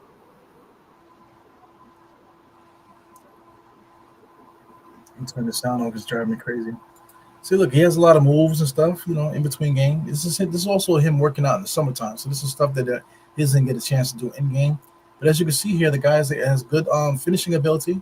Look at him attacking, good motor. Here he goes attacking the rim there. Nice little dribble, pulls up mid range, knocks it down. So I mean, having a guy like this come off the bench, they had him playing power forward. So he could play power forward and small forward. Excuse me, not center, but he could play power forward and small forward. So look at him, step back 3-point shots. So the guy has some game to him. So this is somebody that's not in the NBA right now. He's not playing on any team. So if the Knicks can hand him a what do you want to call 10-day contract or something like that, or maybe just pick him up and sign him for the rest of the year, I think this is the guy right here. If you guys can see the highlights, I think that's the guy right there, man. Not somebody that I mean, just watching him there, somebody with this skill set, he probably could play small forward for the Knicks and let RJ be the 2. You know what I'm saying? But we need to do something with Fournier. That's the problem. So if we could get Bogdanovich in here or DeRozan, let's do that. DeRozan highlights. Yeah, it's my freaking Brooklyn accent, right? Let's look at DeRozan highlights. So this is 10 minutes of DeRozan dribbling. So let's turn this sound off. It's driving me crazy. So anyway, just real quick, I don't want to get this video to be flagged or anything like that, but just watch DeRozan able to get where he wants to go, get into the basket. Like, how would that not help us? The spacing will be so much better because guys will be waiting for that kick out for 3. But in the meantime, DeRozan can still get to the basket with the best of them, all the way to the basket. So you mean to tell me that DeRozan can't help us? It's not like DeRozan makes 40 million. He only makes like 20 something. So Fournier plus Grimes does it. It does it salary wise. It's just that how many draft picks are we going to give? I'll give them a first if they want it, maybe a first and a second. That's the most I would give. Give 1 first and a second, or 2 seconds. You know what I'm saying? I think that would be good. So I mean, like when we need a bucket like this, make everybody still on the side and let DeRozan just go to work. Give Julius a break, give Brunson a break, give RJ a break. And then if Brunson, if DeRozan doesn't have the shot, he has the ability to kick it out to the shooters. So I think that would add a layer. People say, "Oh, how is he going to fit?" I just explained it. It gives DeRozan a chance to go one on one. Let all of our guys take a break on the corners. You know, give them a little breather. So after you get your little buckets from DeRozan, now you can get back into the rest of your offense. Get Julius going, get Brunson back going again. You know, it just gives guys a break. You know, give DeRozan a chance to cook. You know, and then after he cooks a little bit, then you can go back to your regularly scheduled programming. So that's him. So let's take a look at Bojan Bogdanovic. Oh yeah. So I got here. It goes with the typing again. So I'm no telling what the hell I'm looking at right now. But Bojan, it said something begging of what the hell. So anyway, this is the highlights here. Bojan, not Bogdan. It's Bojan. So let's do. This is from highlights from last year. Let's just show his highlights. Like I said, he's older, man. Just coming off for a calf injury, so it's gonna be a little bit different. So let's check out his highlights. Shout out to Maximilian 711. Please don't flag this video because Bogdan goes in there, takes a little two dribbles, pulls up, knocks it down. Here he goes again. You see him there. Sidestep 3-point shot with the defense right on him. Gets the foul. So that's the thing with a Bogdan. He can get shots with no room. Here he goes. Good defense there. Off a steal. Gets into the corner. Stops on the dime. Pulls up. Knocks it down. You know, this is what he does. Here he goes again. Locate him. Here he goes to the ball. Two dribbles. Step back. Right in front of Obi Toppin. Knocks it down. He goes in the corner. Being guarded heavily. He can make shots being heavily guarded. Here he goes again, able to get up the court there. Somebody that looks like your grandfather can still run up and down the court pretty good. Catches the ball, 2 steps, 3-point shot, good. Here he goes again, shot in the face, touched him and everything, knocks it down. Here he goes, creating shots off the dribble, pulls up right at the screen. You know, takes the screen and pulls up with no room, still able to make it down. Here he goes, all the way to the basket, stops and pulls up off the glass. You know, how are these players not able to help us? You tell me. But you let people talk about it, man. People always talking about what they know. Oh, the Knicks need to get a star player. Yeah, we do. But what player is that? So anyway, here we are back in action. Knicks are back in action right now. 11:50 in the game at the moment on my clock. Brunson comes around the screen, pulls up, in and out. So let's get it back in here. So Miami scored 52-51. Richardson over to Bam Adebayo. Mitchell Robinson is dancing, spinning the lane. Mitchell Robinson trying not to foul there, and he takes him to school. Bam Adebayo just busts. Bam Adebayo don't give a damn about Mitchell Robinson, man. So I mean, you can't be a defensive player of the year when defenses don't give a damn about you, because even Jamie Jacquez has been attacking him. Brunson over to RJ baseline. Tried to do an interior pass to Mitch, no good. Shot over to Highsmith, bum ass. He misses it, but Grimes is fouling a dude. They can't score. So he's gonna get some free throws.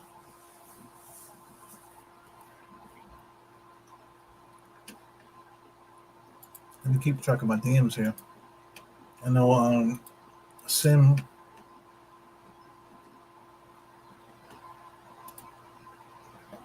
Let me just respond to him.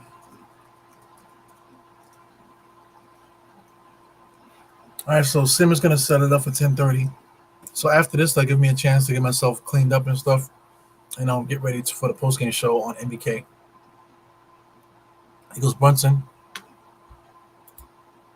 dribbling, comes around the screen. Mitchell Robinson, alley-oop. Mitchell Robinson has been jerking off or something, man. Because he can't catch a ball today. He goes Miami Heat, good space, and Lowry with the trailer for 3 knocks that down. So here we go. Miami Heat comes in. This is our worst nightmare. Comes in on a nice run, 57-51. Knicks haven't scored yet. Look at Lowry smiling and cheesing. I hate that. Act like you did something in your life, man. It's so crazy. So you go on a nice little run to start the game. Is exactly what they wanted. So I guess I'll be happy too. But this is dangerous territory, where this is basically like the first real run of the game. Coming right up out of halftime, shout out to Spoelstra. You're really good at making adjustments. Let me get the score here.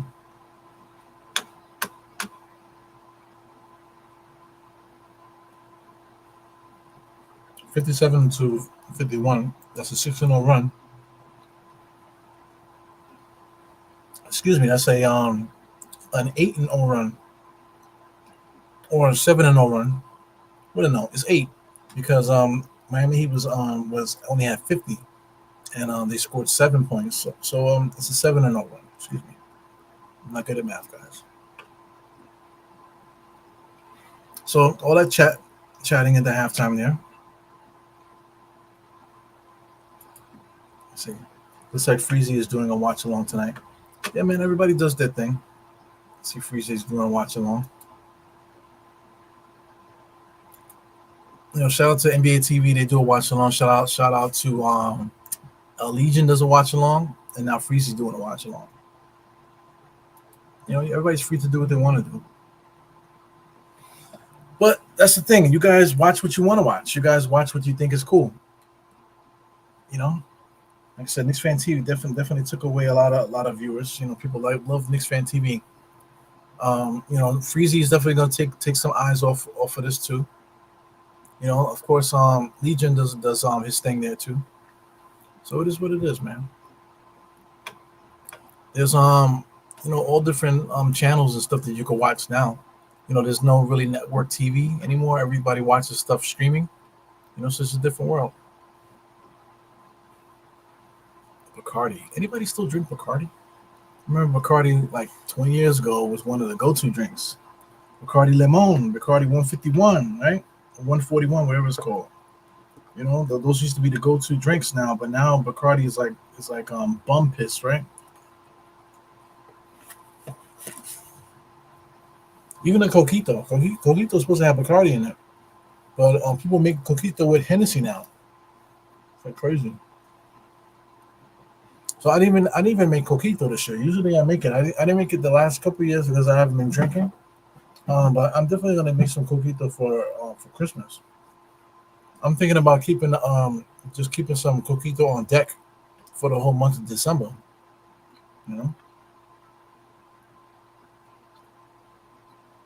Yep. In season tournament, it's a good look. Does it bring excitement to the league as far as like, oh man, I can't wait to win this tournament? No, the excitement lies in the way the new courts look. The graphics and stuff like that from the NBA side of things. I think that's exciting on their part. But when it comes to us, right, like the tournament itself is not necessarily exciting. It's just the extra shit with it, which is really nice. Julius on the inside, he had a shot and he kicks it to RJ. RJ comes and pulls up in and out. But I mean, Julius Randle had a shot and he doesn't take it up, and then RJ comes to the same spot and takes the same shot. Miami Heat always has impeccable spacing. Knicks are all tied up on each other, and Miami just is so spaced out. So they make another shot here. So listen, man, Knicks are it's a 10-0 run right now. Julius Randle gets the ball to RJ. Rich Robinson sets the screen. Too tight. He goes over to Julius. Julius fakes all the way to the basket. He had a layup and he kicks it out to Grimes. So those are two shots right there. He just passed up two shots to kick it back out. It's ridiculous. Grimes misses it. So here comes Lowry for three. So they're going to call what? Illegal defense? I don't know what they're calling there. It might be illegal defense there by the Knicks. So, I mean, the Knicks are making poor decisions right now. Going for that kick out over everything when they're passing up shots.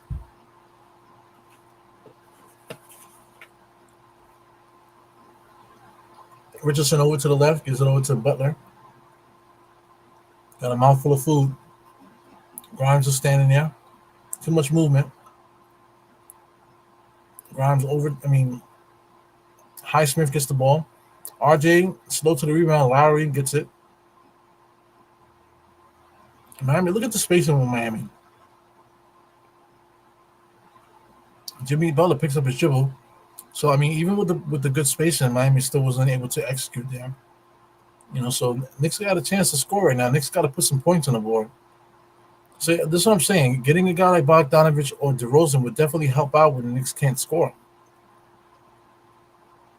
Mitch Robinson goes over to Mitch Robinson. So Brunson was able to draw a foul there. A foul on the floor.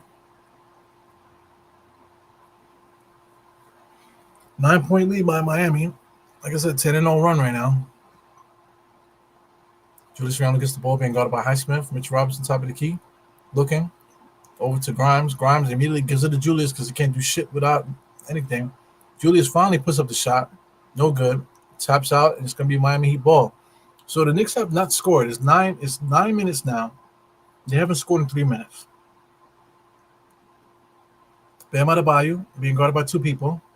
Ball swings, gets over to Butler. Grimes is guarding him. I mean, Jimmy Butler's just going to spin baseline on him. There you go. Spins baseline and lays it up. No good, but he gets the foul there. Bad defense by Grimes, I got to say.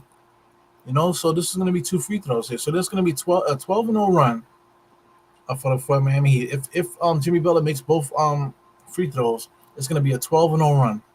Unbelievable. Jimmy Butler foul line. There he goes, first shot. He knocks that down. 11-0 run. Knicks have not scored in over 3 minutes. Second shot is coming up now. But Jimmy Butler, up, shot. Makes the second one. 12-0 run now. 12-0 run by the Miami Heat to start this third quarter. Knicks have not scored yet. Here we go. Brunson coming down the court, gives it to Julius.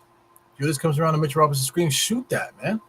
He misses that. No rebound. He comes on Bam Adebayo bringing the ball up the court. Mitchell Robinson got to pick him up. Bam Adebayo still dribbling free. Gives it over to Richardson. Finds Highsmith for 3. He knocks that down. So that is a 15-0 run. 15-0 run. 15-0 run. Knicks have not scored yet. We are now approaching 4 minutes without a basket. Brunson around the screen. Top of the key. One-on-one. Dribbling. Double team is there. Goes right at the double team. Shoots a cross-court pass. Stolen. So 15-0 run turns into a 17-0 run. Timeout by Tom Thibodeau finally. 17-0 run. Knicks have not scored in 4 minutes. So this is one of those game-breaking plays here. Third quarter of death. Miami Heat did a better job of getting their team prepared for the second half. Tom Thibodeau, yet again, does not do a good job making in-game adjustments for somebody that watches games 3 or 4 times that he always complains about. He never gets the Knicks prepared for anything. Here we go, third quarter of 17-0 run. Knicks have not scored in 4 minutes. Literally, the score was 50-51. Now it's 67-51. Okay? I'm not good at math, but that is a 17-0 run. Knicks have not scored in 4 minutes. Bullshit, man. Unbelievable. Up until this point, this game has been interesting, man. But, I mean, like I said, right now, people keep saying we need a defensive wing. No, we don't. So, I mean, right now, if you're watching this game, are you saying to yourself, oh, man, we need to get a defensive wing? That's what's going to help us win this game? I think the Knicks haven't scored in 4 fucking minutes. Right, so getting Bogdanovich or DeRozan, please do it immediately. You know what I'm saying? If the trade is available, do it now. So that way we can prepare for the trade deadline and maybe make another move at the trade deadline. You know what I'm saying? But I think right now the Knicks need to make a move to get somebody in here to help us out. You know what I'm saying? We can't score. We simply can't score. Get DeRozan in here right now for when the Knicks are floundering like this. Let Julius and Brunson take a chill pill in the corner. Let DeRozan do his thing. Hopefully something good could come out of it. You know what I'm saying? But these droughts where we don't score for 4 to 5 minutes, 6 minutes the other night, it's ridiculous. We cannot function as a team like this. And for me, earlier I said the Knicks are a second round team. Playing like this, we don't deserve to even be a second round team. You know what I'm trying to say? So, very frustrating basketball here by the Knicks, man. Third quarter of death tonight. 17-0 run is a fucking nightmare. So now the Knicks have to play behind the 8 ball for the rest of the game. But being they're down by 16, but it's a 17-0 run. So 16-point lead right now against a Miami Heat team that play flawless basketball. Once they get it locked in, they got good spacing and stuff like that. So it's going to be very hard for these Knicks to catch up, especially since they're playing so tight. So you want to talk about in-season tournament is definitely in trouble. It's unbelievable, man. Yeah, Kareem, I hate to say it, but, it doesn't necessarily have to be the third quarter. But it's always one quarter with the Knicks that we come out and we totally pissed the bed. So right now, third quarter of deficit in full effect, 17-0 run, guys. Unbelievable. This is a nightmare. So the rest of the game now, we're gonna be playing with our backs to the wall. Guys, somebody's gonna have to come out playing wild. The Knicks don't move the ball well enough for us to take advantage of transition plays and that type of thing. You know what I'm saying? When we have our backs to the wall, now it's like, okay, Julius has to go off. Brunson got to go off. Somebody got to go off.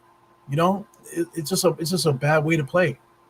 Bad way to play. It's I don't want to say embarrassing. It's embarrassing as a Knicks fan because now we're on national TV and we're getting smoked like this. 17-0 run.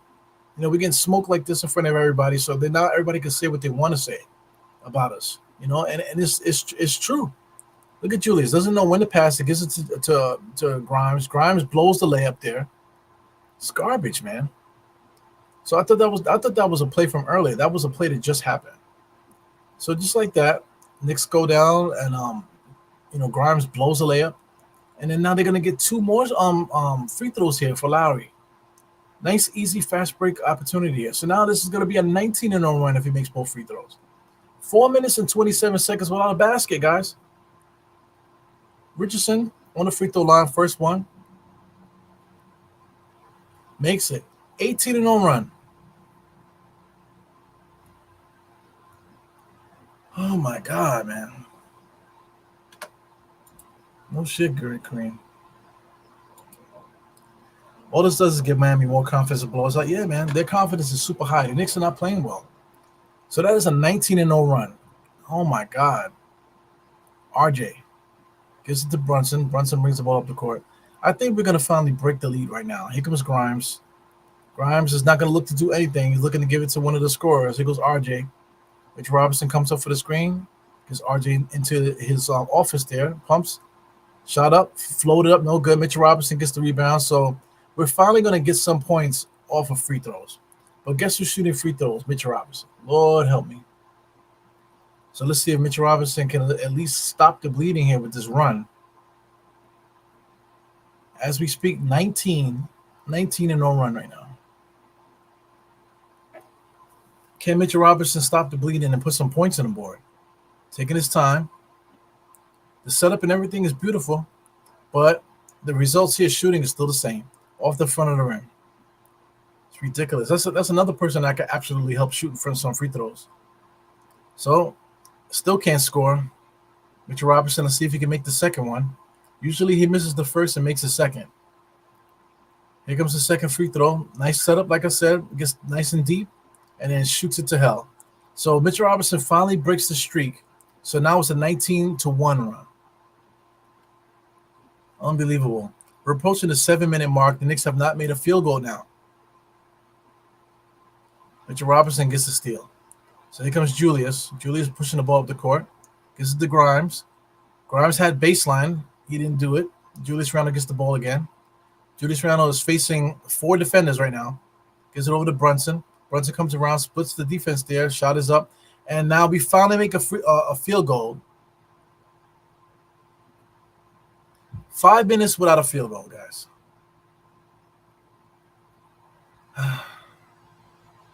Bam Adebayo jab step. Double team is there, but Lowry's wide open. Knicks defense causes a steal. Here we go. Brunson pushes the ball up.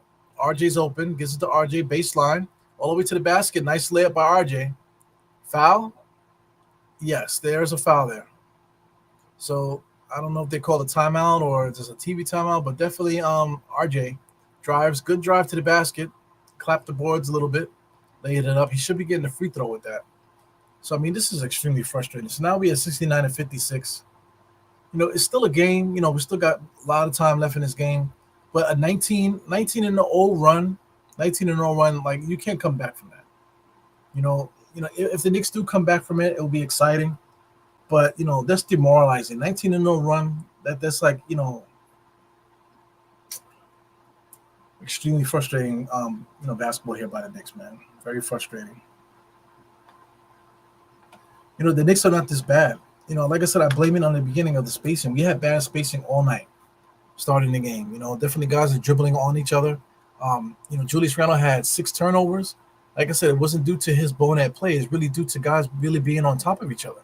How many plays did we have in the second half where Julius was trying to get the ball in the mid range at pinch post kind of thing, and IQ was standing right on top of him. Dante DiVincenzo's right on top of him. He's trying to. Well, the only pass is to give it to them, and he has to try to give the pass to them. But it's so tight, the defense is able to get the steal. Cross court passes and things of that nature. Just bad play overall, but really just due to the Knicks spacing tonight. It's horrible. Knicks particularly don't have great spacing as it is, but definitely tonight Miami Heat's making us look bad. Yeah, man. So I mean, they're showing the tournament here. The Lakers are 4-0. Kings are 2-0, 2-1 there. So it was interesting. The Lakers being 4-0 is ironic there because it's LeBron. So of course LeBron is going to want to try to win that tournament. But it's also LeBron James, and LeBron James can motivate anybody to do anything, right? Lowry mid-range jump shot. So here we go. Old man Lowry is definitely going to take advantage of the lead now. 69-56. Brunson gives it over to RJ. RJ sets it up, comes around Julius screen, attacks two Miami Heat players high off the rim, gets that to fall. Good RJ attacking. Finishing is another thing, but he did finish that nice high off the rim. Here goes Richardson around the screen there, all the way to the basket. Mitchell Robinson, Defensive Player of the Year, out of position. He should have blocked that. I just don't understand why he let Richardson get so close to the basket like that. So anyway, Brunson, right-hand side. I mean, RJ had a mismatch there. I don't understand. Now he's wide open. Nope, Brunson doesn't give it to him. Mid-range jump shot from Brunson knocks that down. Just as long as we score. So now the Knicks are chipping away here. So it's 60-73. Knicks got to continue to make stops here. That's one thing about the Knicks defense. We can make stops.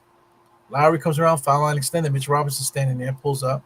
It's a foul off the ball. It's like a loose ball foul there on RJ and Bam Adebayo there. See, that push off there is not extended push off the way Julius does. It's a momentum push off, so it's fine. But Julius is straight up shoving cats out the way. So it's not a good basketball play. Knicks win. This is on Vasquez here. Jacquez, excuse me. Love to Lowry, top of the key. Gives it over to Love. Love pull up 3-point shot right in Mitch's face.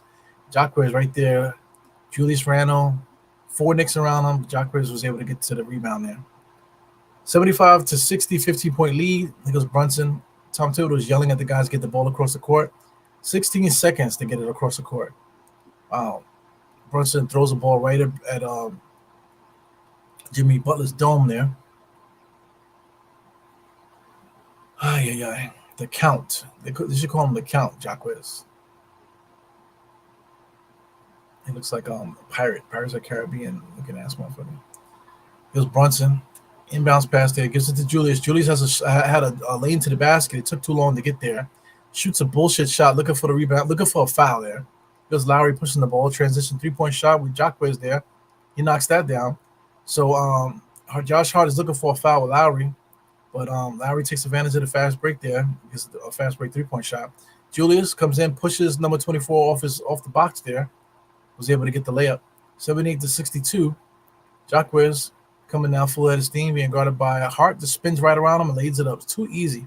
Like Josh Hart looks like a cone right now. Goes Brunson, pause crossover there, goes against Jimmy Butler there. It's just out of bounds there. Brunson was trying to get the foul. Looking at the refs, they got to make good basketball plays there. So I don't know what's happening. Something with the shot clock, maybe. I don't know. So they're definitely going to allow the Knicks to get some substitutions in here.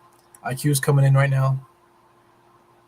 So I wonder what was going to take Tom Thibodeau's, to get IQ in this game, to switch it up. We went on a 19-0 run to start the game, and he didn't make any changes out there. IQ is just coming in the game now. So here comes Lowry being guarded by. He goes Jacquez back to Jimmy Butler being guarded by Hart. Back to Love. Look at Mitchell Robinson. Switched. Kevin Love is open. Jimmy Butler spins around, and he makes it and one. Lord help me. Josh Hart is literally like a cone out there today. He's wearing some black sequence Nikes. Look at that. I don't know if they're sequence or they're patent leather. I don't know. Looks like a freaking Wicked Witch of the East or something with those kicks. Jimmy Butler and the Miami Heat's calling a timeout right now. So a lot of handshakes there. So I mean, it's very frustrating, man, to see the Knicks fall like this. 69-56 at the moment. Right now, I'm behind. It says 52 on my watch there. So let me refresh this because I'm definitely way behind at the moment. So I might have to refresh that. Let's get some refreshing on my end.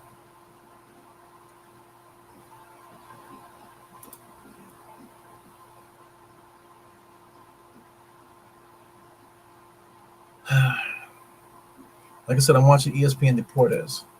So I got a little commercial here. Oh my God, what a frustrating game to watch, man. It was so good. That first half was really good basketball, and then we just pissed away the lead here in the third quarter, man. Oh man. It's the tragedy of being a Knicks fan, man, I tell you.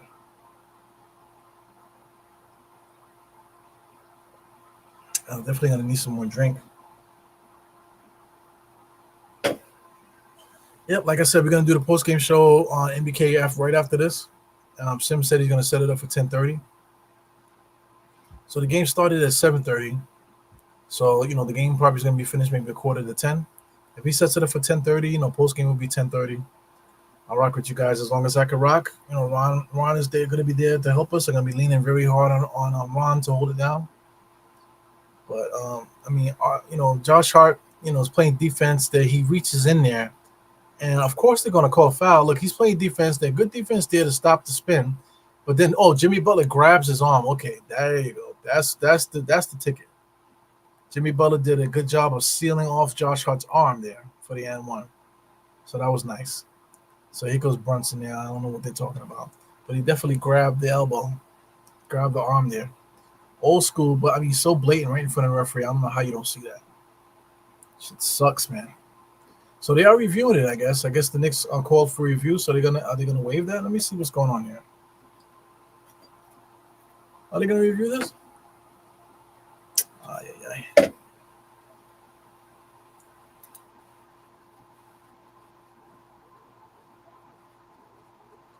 Wow. So after watching the review, they said that it was okay. Like, how do you look? This is the same video that the referees got to watch. You mean to tell me that Jimmy Butler there didn't hook his arm? So the referees deemed that as Hart could have pulled his arm out. Is that what the referees are talking about right now? Unbelievable. I mean, it's a joke. After all this reviewing and they have all these guys in Secaucus, all these guys watching the TVs in Secaucus, right? And you mean to tell me they still can't get the call right? It's fucking ridiculous. Hartenstein, nice pass inside to Brunson there, but he passed it as if he was throwing it to Giannis there. Good defensive play by Hartenstein, blocks it at the rim. Fast break player by IQ with a fast break 3-point shot, 65-83. Knicks, Knicks are playing good, man. But like I said, they just gave away 19 points, man. So now we have to go up the hill playing against this Miami Heat team. We're better than Miami Heat, on paper at least. Look at Larry Kane make a shot. Here comes the Knicks. So the Knicks have a chance to go on a run now. IQ gets Kesson on the fast break. Sidestep, 3-point shot. No good. Kevin Love, expert rebounder. Is able to secure that. Gets it to Lowry, trotting up the court. Definitely slower and slower. Gives it to Jacquez, but they're going to call a foul on IQ. Unbelievable. Yeah, you can see IQ. IQ is definitely letting his hair grow out a little bit. So he's definitely looking to change his hairstyle. So I'm anxious to see what it's going to look like. He's definitely growing his sides out. So he might be trying to hook up a new style. So I'm always like new look changes. Switch it up a little bit. You can't rock twist for the rest of your life. You know what I'm saying? You got to see what else you can do. Shout out to Brunson. Brunson was braiding his hair straight back for the summertime, but then he switched back to the same twist. I guess for somebody that wants to grow their hair, the twist is always a much easier thing there. By keeping the braids in too long, for all the sweating that they do, it's definitely not an easy thing unless you're used to it. Here goes Julius being double teamed there. Julius never knows who to pass it to. IQ Comes across, gives it to Josh Hart. He fakes a three, drives against Kevin Love there. Kevin Love tried to get the charging foul, but he was moving. He definitely flopped a little bit. So I mean, Josh Hart came in there for the layup there. So it was 85-67. But the Knicks are trading buckets. The Knicks are trading buckets. We're trading buckets, but still kind of ahead of the game a little bit.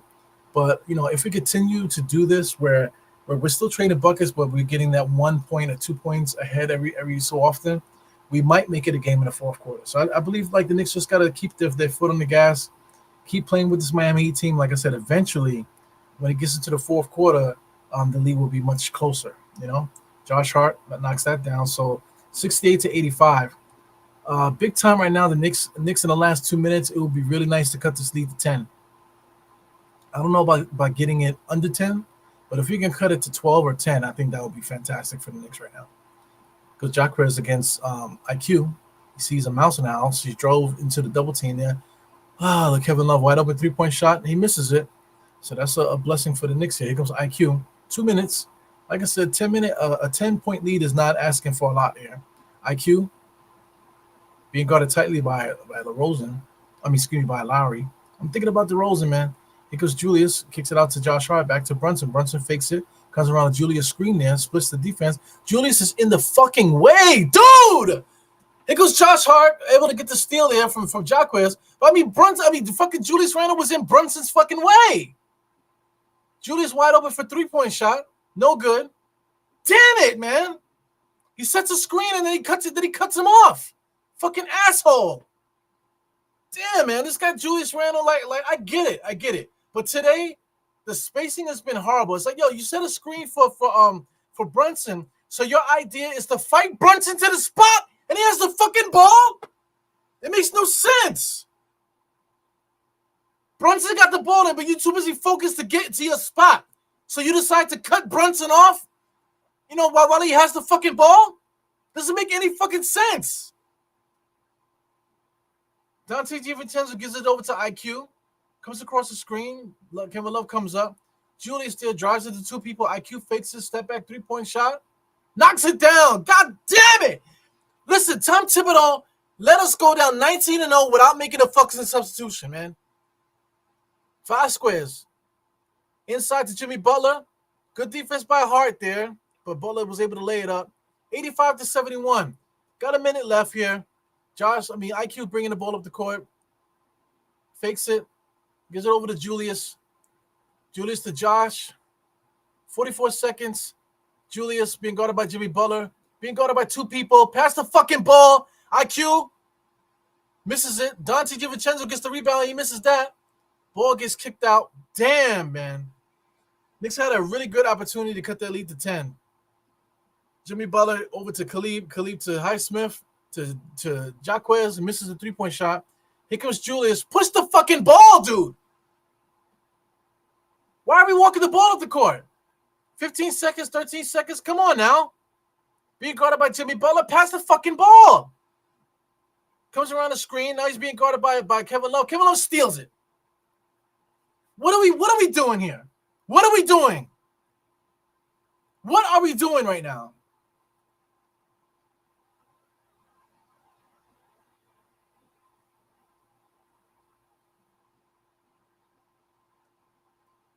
.9 seconds left, third quarter on my clock. 87-71. Josh over to IQ. IQ jab steps. And just, what are we doing? What are we doing?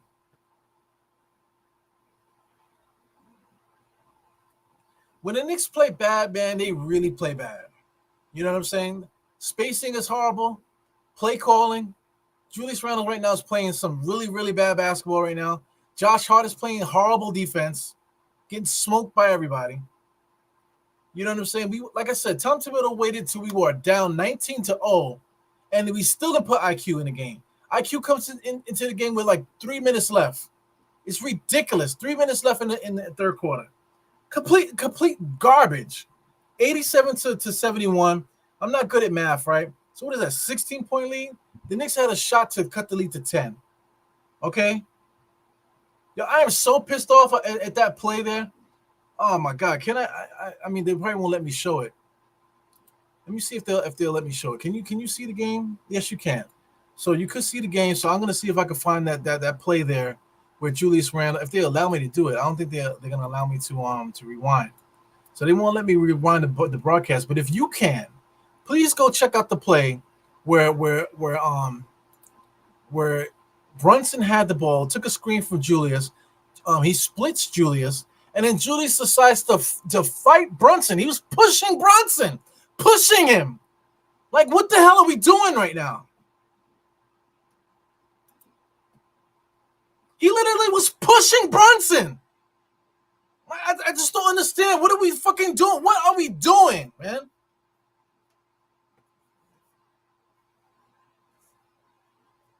Oh my God, man. I just don't get it. I really just don't get what I'm watching right now.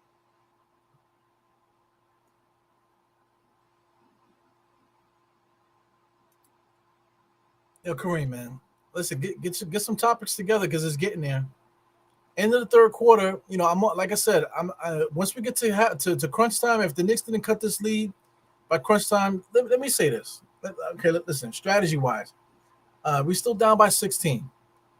Fourth quarter, get yourselves together. I don't know what Tom Thibodeau is going to say to them. You got to play defense, pass the ball, get back on defense, pass the ball, rebound the ball, pass the ball, defense. Whatever he tells them, whatever. The Knicks need to get it together. The spacing is horrible. Okay, right now the spacing is atrocious. So right now, to start the fourth quarter, I would like to go on a quick little 6-0 run. Give me a quick 5 to 7-0 run right now for the Miami Heat. Make Miami Heat call a timeout early on. So anyway, by doing that cuts the lead to 10. So I think right now the goal right now is for the Knicks to really push for that 5 to 7-0 run, force Miami Heat to call a timeout. I think that's what the Knicks need to do. And then at that point, once we cut the lead to 10, then start playing that game where we're trading baskets, but the Knicks are still creeping up by 1. So like going on 3-2. The Knicks scored 3, Miami 2, 3-2, 3-2, 3-2, chipping away at that lead. So hopefully we can get to like a 7-point lead or maybe a 2-possession 6-point lead when it gets close to crunch time. Then we could really grind it out and then try to win this game. That's my strategy. That would be my strategy entering this fourth quarter right now. So anyway, fourth quarter started. We got Jaquez pushing the ball up the court here. Richardson. Man, look at the space in Miami. Unbelievable spacing by the Miami Heat. Khalid Martin gives it to Bam Adebayo right in his office. Nobody's in his way. Double team is there. Richardson to Jaquez. Back to Richardson. 2 dribbles. 3 dribbles. Pulls up for 3. Did he count that as a 3 or 2? That's a 3. So he shoots a 3, so that's 90-71. So that's a nightmare. Getting a 3-point shot by Josh Richardson right there is no good. Here comes the Knicks. IQ. Hartenstein. Top of the key looking. Gives it back to IQ. Being double teamed. Pass the fucking ball. RJ drives it all the way inside. Spins. What did they call? Did they call 3 seconds? So right now, nightmare. 3-point shot by Richardson. Turnover by the Knicks. Nightmare. So here we go. Bam Adebayo is bringing the ball up the court, being guarded by Hartenstein. Just letting him get right to his spot. Dribbling behind his lane. Pull up jump shot. Fakes it. No good. Back to Bam. Bam top of the key now. Working in his office. Give it to Khalid. Khalid pulls up for 3. Misses it. RJ with the rebound. Here comes the Knicks. Got to take advantage of these fast break points here. Pushing. Top of the key. Shot was there. They didn't take it. Passes it to Josh Hart. He falls down. So 2 turnovers. I mean, what are we doing here? So here comes Miami Heat coming down the court here. Getting a 3-point shot will be a nightmare. Jimmy Butler jabs. That's Bam Adebayo. 3-point shot. This is the nightmare. Jaquez, he misses it. Able to get the offensive rebound, kicks it back out to Khalid Martin. Bam Adebayo gets the ball, pulls up in his office, misses it. Dante. So right now we just pissed away a minute and a half. Here goes Dante. Back to Josh over to IQ. IQ drives baseline, pull up, jump shot, misses it. Oh man, here goes Khalid Martin pushing. Look at the Miami Heat spacing. Kevin Love, give it over to Josh. Able to do what he wants to do. Drives all the way to the basket. No fouls being called here. Knicks with the rebound. Dante brings the ball up the court, gives it to IQ, launches that joint, hits it. So the Knicks cut that 3, so it's back to a 16-point lead. So here comes Jacquez, comes around the screen there, looking to get Khalid Martin going. Good defense by IQ. IQ got flat there. A lot of pushing by Khalid Martin there. Gets it to Jacquez wide open for three. No good. Bouncing around there. Josh with the rebound, pushing it. Knicks looking to take advantage of this fast break stuff. Look at Dante open. Damn it. 3-point shot. Knocks it down. Thank you. Jesus, man. Man, so, I mean, we get the 3-point shot. So, I mean, that's not what I wanted. So, I mean, it did cause Miami Heat to call a timeout. But it's only because we cut the lead to 13. You know, we only cut the lead to 13. It would have been nice to cut it to 10. You know? So we cut it to 13. Miami Heat, great timeout because you don't want to wait till you get to the 6-point lead. To the 10-point lead. Cut it at the 13-point lead. You know what I'm saying? Get yourselves together.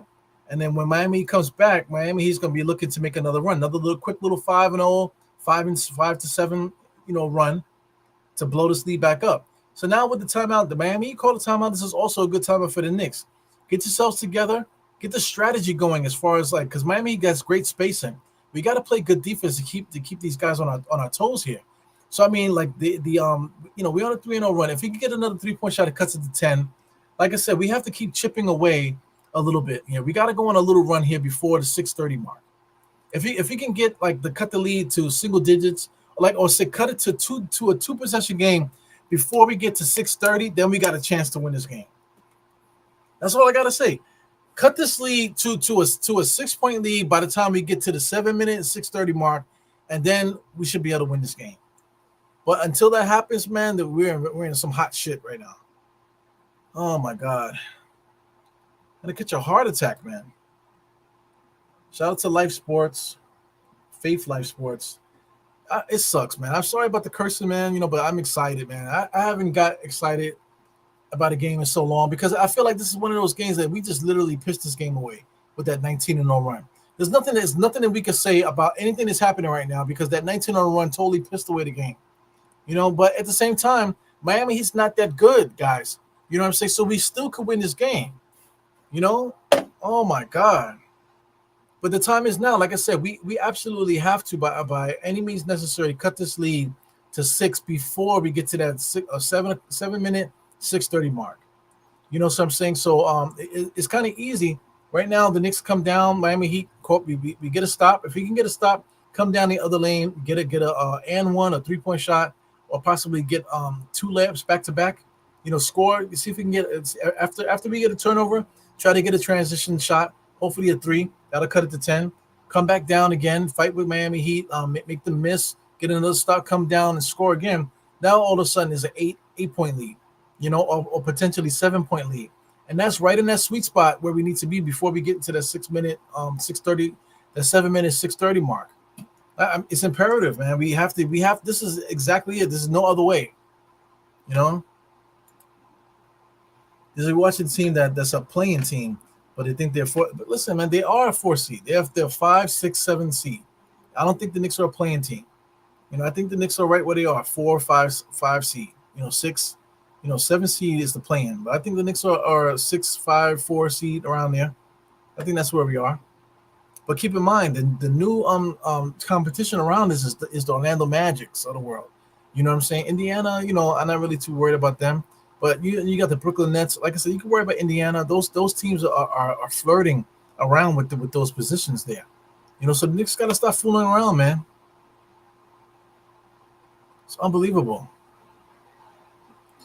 Oh, there we go. Big time turnover, transition 3. So what did they call? Did they call out of bounds on Dante? They might have called out of bounds on Dante.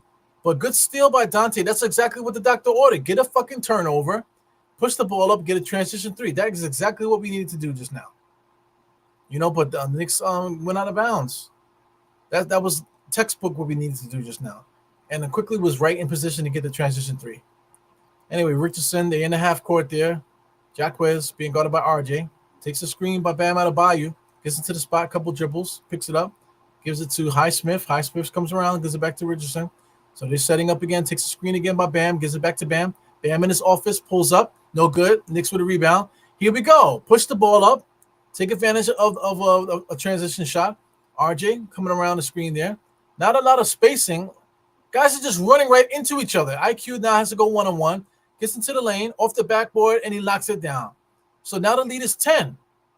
89 to 79. Good look here by the Knicks.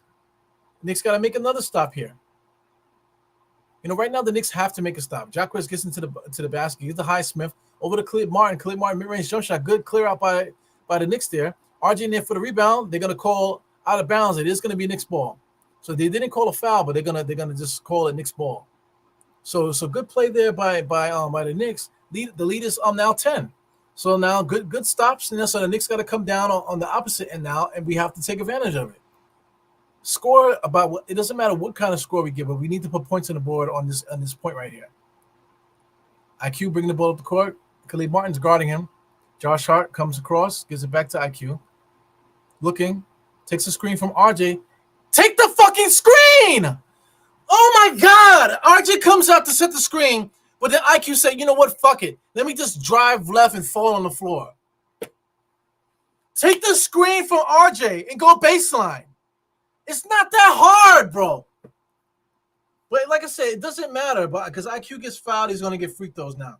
But I mean, how many bonehead plays do we make? Take the screen from RJ, go baseline. There's no free throws. I thought there was free throws.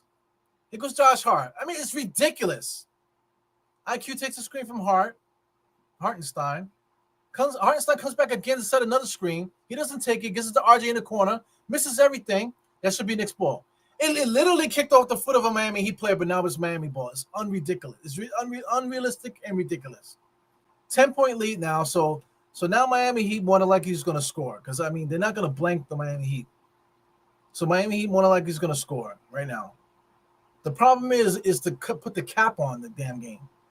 Larry, top of the key. Knicks has such an opportunity right now to bust this game open. Bam Adebayo, he had Lowry open. He didn't pass it. So Bam is taking first. So look, the Miami Heat is in trouble. Knicks are playing good defense. Larry gets it back. We got 4 seconds in the shot clock. He just pulls up. Good defense by IQ. Blocks the shot. Hart with the rebound. Gives it to Dante. Dante back to IQ. IQ fakes the 3. Dante tells him to hold it. Take the screen, bro. He doesn't take the screen. He drives against the 2 Miami Heat players. That's out of bounds, dude. Jimmy Butler just smacked it out of bounds. So, I mean, IQ refuses to take these screens. I just don't get it. Bam Adebayo into his office, gives it back to Jimmy Butler. So, I mean, the game was here for us to take at this moment right here. Richardson all the way to the basket, being guarded by – Knicks are playing some good defense right now. Still stolen ball by Josh Hart. Josh Hart's dribbling. Over to RJ, transition 3-point shot. Give it to me. Yes, baby. Knocks it down. This is what we need. Cut the lead to 7. Look at the clock. Now we're getting close to 6:30. Cut the lead to 6, and we can get this game. The Miami has not scored in a while, guys. Look at Lowry. Gives it over to Jimmy Butler. The Miami, he looks flustered at the moment right now. Bam Adebayo is open. Jimmy gets all the way to the basket. Good defense by Hartenstein, but they call a foul. That is not a foul. I'm sorry. That's not a foul. Man, the Knicks had an opportunity to bust this game open. So good defense by Hartenstein. I do not think that's a foul. That's garbage. That's garbage. Now Jimmy Butler's yapping to the crowd, man. Fuck you, Jimmy Butler. Jimmy Butler at the free throw line. So this is taking some time off the clock. This is okay for the Knicks. Miami Heat needs some time off the clock to come off too, so they can get their bearings.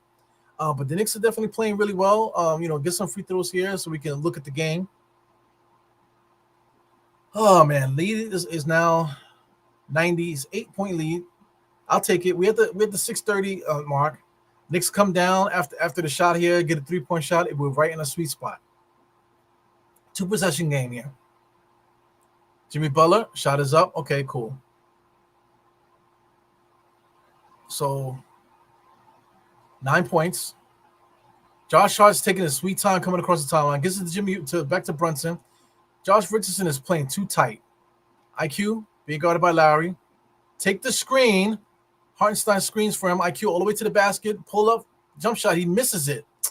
Oh, my God. Trippy jump shots. He should have made that, man. Here comes Lowry. Full head of steam. Trying to get some transition. Jacquez inside there. Nice pass inside to Bam Adebayo. That's a nightmare. So that's 4 points there back on the board there to bring the lead back up to 11. Here comes RJ. RJ should have tried to drive there. He steps back up, comes around the Hartenstein screen there, just going around the screen, going to nowhere. Josh Hart on the top of the key, looking to do something, gives it back to IQ. 5 seconds now. IQ comes around the screen. Definitely got fouled there. Didn't call nothing. Josh Hart with the rebound. He's looking for an and one. Get back on defense, you bitch. Damn. Josh Richardson, guarded by Brunson. See, Miami Heat doesn't really know what they're trying to do right now. So the Knicks have an opportunity to catch up. Jimmy Butler in his office there just pulls up, misses it. RJ secures the rebound. Brunson up the court, gives it over to IQ, transition, three-point shot, knock it down. Bang! Yes, man. Let's go. 87-93. Like I said, this is a little bit too deep right now, 5 minutes. Cut the lead to a 2-possession game. Miami Heat is not playing particularly well at the moment right now. The opportunity to win is now. Bam Adebayo, nice little spin move in the paint. He blows the fucking layup. Blows the layup. RJ, top of the key. Looking. Going against the rookie. Oh, open Brunson inside. Wasn't able to get it. Comes around the screen there. Brunson's looking. Brunson's open, man. He gets all the way to the paint there. Looking. Gives it to Josh Hart. Josh Hart pull up for three. Oh, my God. In and out. 2-possession game, guys. Play some defense. Josh Hart, man. Josh Hart, to me, I think he holds on to shit too long. He misses the three-point shot, and he's squeezing his hands. Like, get it together, bro. Jaquez fakes it, gives it over to Richardson. Knicks are playing great defense, man. Josh Hart guarding Lowry. Screen. Lowry, corner. Jaquez, three, no good. Hart with the rebound. Push the ball. Take it easy. Take it easy. He almost turns it over. Gives it to IQ. Comes around. Mid-range. Pulls up. No good. Oh, my God. Here goes the Miami Heat. They have numbers. Jaquez. Lowry wide open. He gives it over to Richardson for three. Knocks that down. I'll take it. I'll take it. So the lead is back to 9. Knicks call a timeout. So the Knicks were not able to take advantage of little things there. Then Richardson hits a three-point shot. I'm not so upset about it. You know, they made it. That's fine. So I think the Miami Heat right now are in trouble. But the thing is, right now, this is a timeout at the perfect time to get guys simulated. 3:50 left in this game. Is enough to either blow the game back up by 20 or cut the lead down to where it's like single digits, where the Knicks could really make some damage here. So right now for the Knicks, like I said, we don't need to be 3-point hunting at the moment. We need to take the best shot that we can take. I think it's time for Brunson to get loose. Julius is not in the game right now, so we can definitely make some substitutions. Tom Thibodeau takes forever to make substitutions to get guys in the game.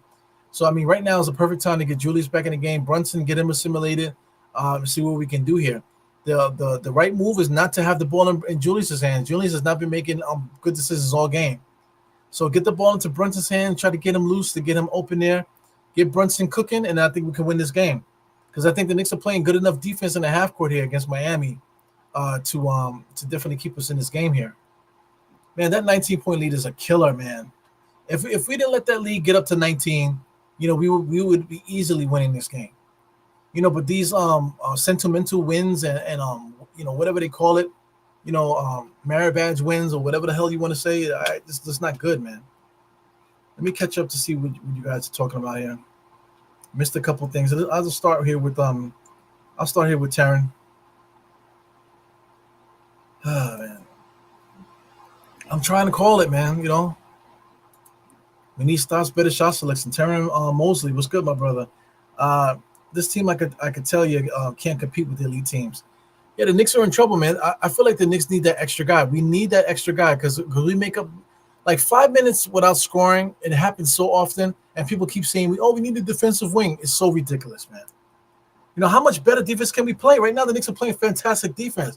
One thing we can't do is we can't put the damn ball in the basket, guys. Yeah, I'm tired of it too, man.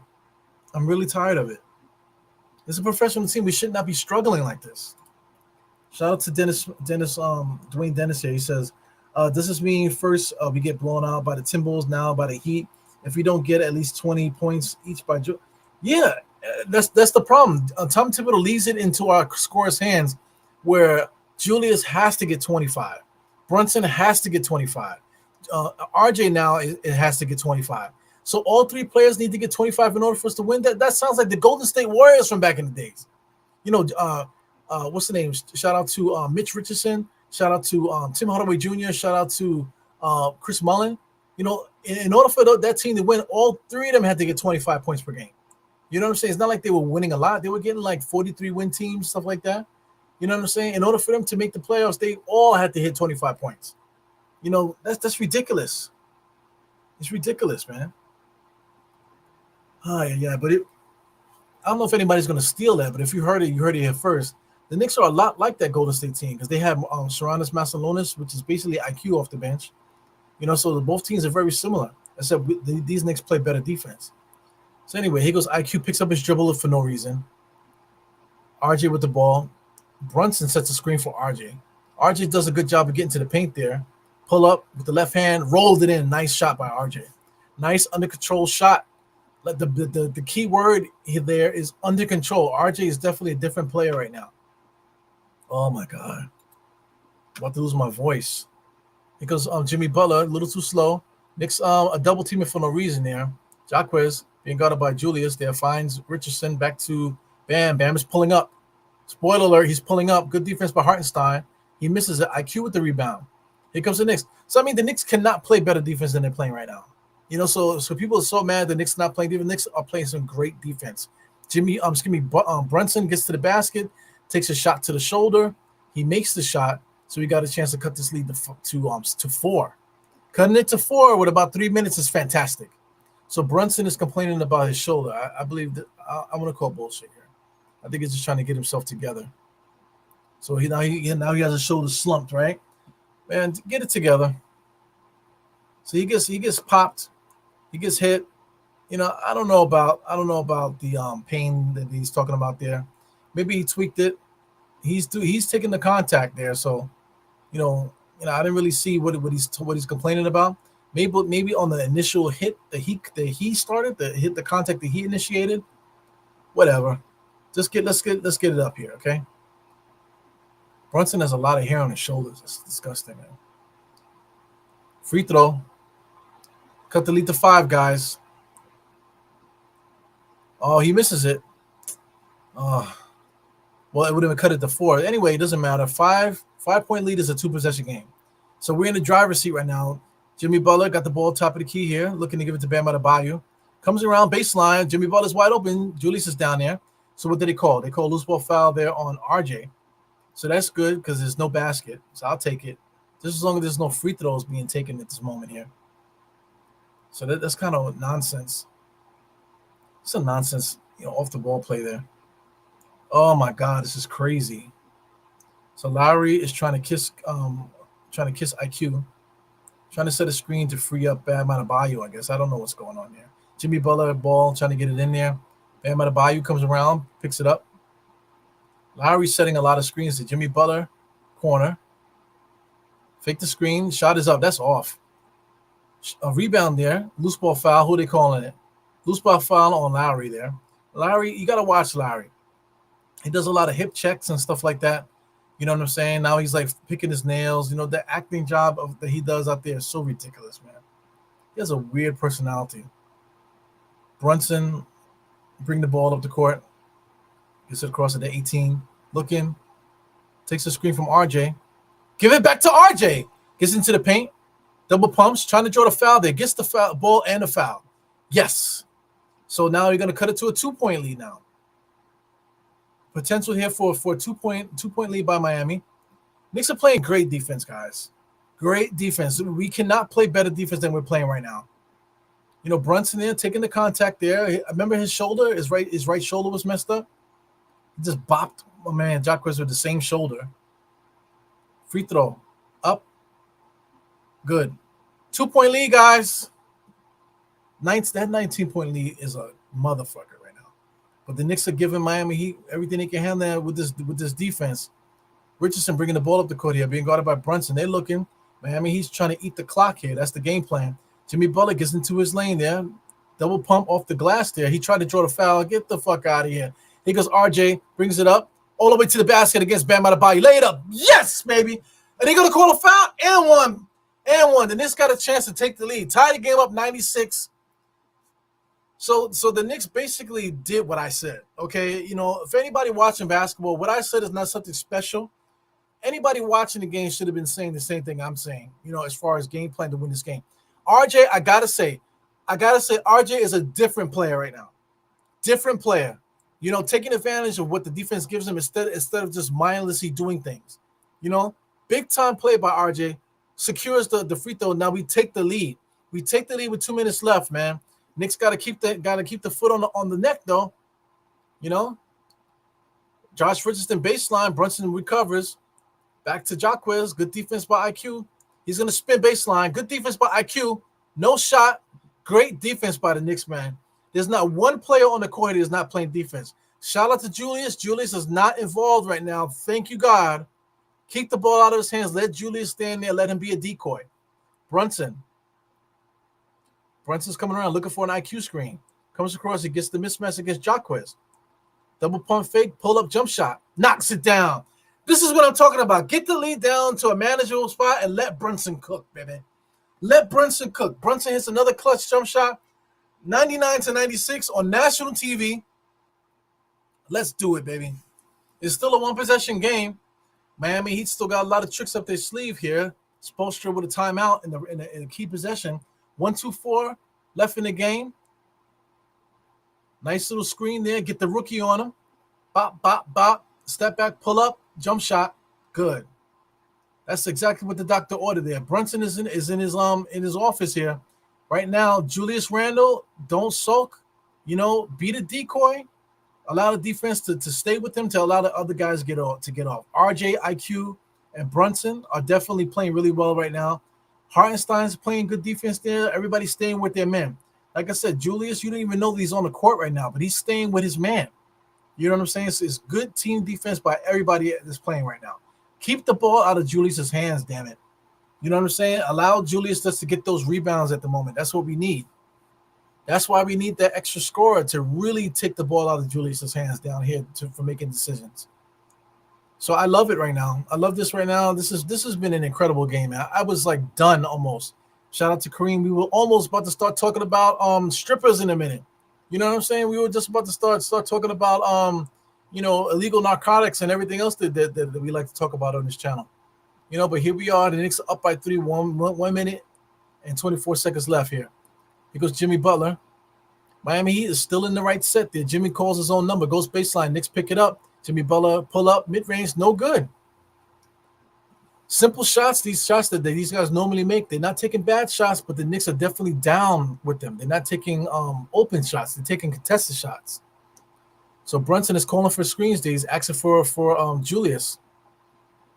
Julius takes a sweet time getting it. He does get around there, gives it to RJ wide open for 3. Give it to me. Misses it. Hartenstein was definitely held there. There should have been a loose ball foul. Lowry all the way to the basket, gives it over to Bam Adebayo. Bam Adebayo tried to bang it. Julius Randle was able to get that loose ball. Give it to Brunson. There you go. Bring the ball up the court. Stay in the game, Julius. Here goes Brunson calling. IQ's telling guys to move. RJ comes up for the screen for Brunson. Gets into the corner. Brunson top of the key.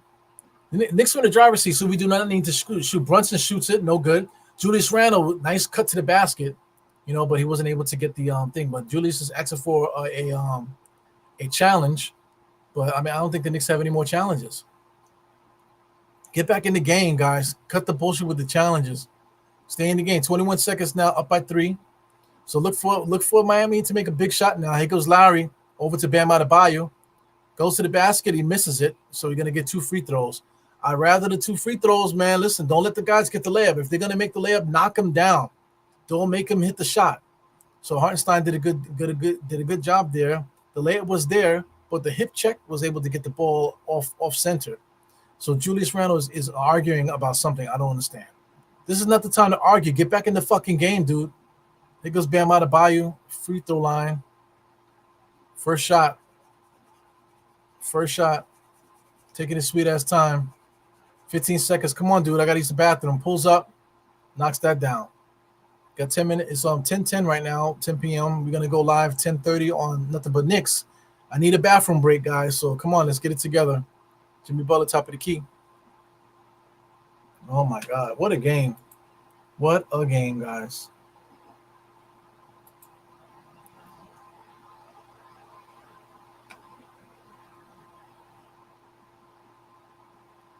Bam. Shot up. Knocks it down. So the Knicks are up by 1 at the moment. Knicks are up by 1, 15 seconds. Anything can happen right now. So Knicks have played so sweet up into this point in this fourth quarter. Then everything that we need to do. So I mean, the issue right now is for the Knicks not to turn the ball over. The Knicks can't turn the ball over. They need to get the ball down the court. They need to take a quality shot. Right now is not the time to give the ball to Julius. Because Tom Thibodeau loves to do that. We're cooking with all the other players, right? And then out of nowhere, 15 seconds of the game, now we're going to do an isolation play by Julius Randle. So if Julius Randle gets the ball, I'm trying to cook, one-on-one right now, then that's all Tom Thibodeau. You know what I'm saying? It's not Julius Randle. If Julius Randle gets the ball in isolation right now, that's all Tom Thibodeau. Right now we need to do what we've been doing. Let the offense cook the way it's been cooking. Let's not reinvent the wheel with 15 seconds left here. Yeah, man. So I'm excited here. We should be able to win this game. I'm looking. I got to communicate with Sim here in a second. I don't have the keys to the channel. But 99-98 here. Good basketball here by the Knicks, man. Listen, for everybody keeps saying, we need to get a defensive wing. The Knicks play really good defense, guys. We already play good defense. We need something else. We need extra. We need some more offense. Anyway, Brunson is inbounding, looking to get the ball back to Brunson, I assume. Here comes Dante. Dante comes around. Nobody comes to the ball. Here goes IQ. He finally comes to the ball. Gives it back to Brunson. Brunson, 15 seconds. Miami Heat. Oh, they turned it off. What happened? They call a foul there, but Miami Heat did what they were supposed to do. They almost got a turnover there, but they're going to call a foul on Lowry. So I guess they had a foul to give. No, free throws. So that's what the doctor ordered there. But Brunson has to make his free throws. I got to say, the hair on the shoulders for Brunson is nasty, bro. Nasty, nasty, nasty. Hair on the shoulders is nasty, bro.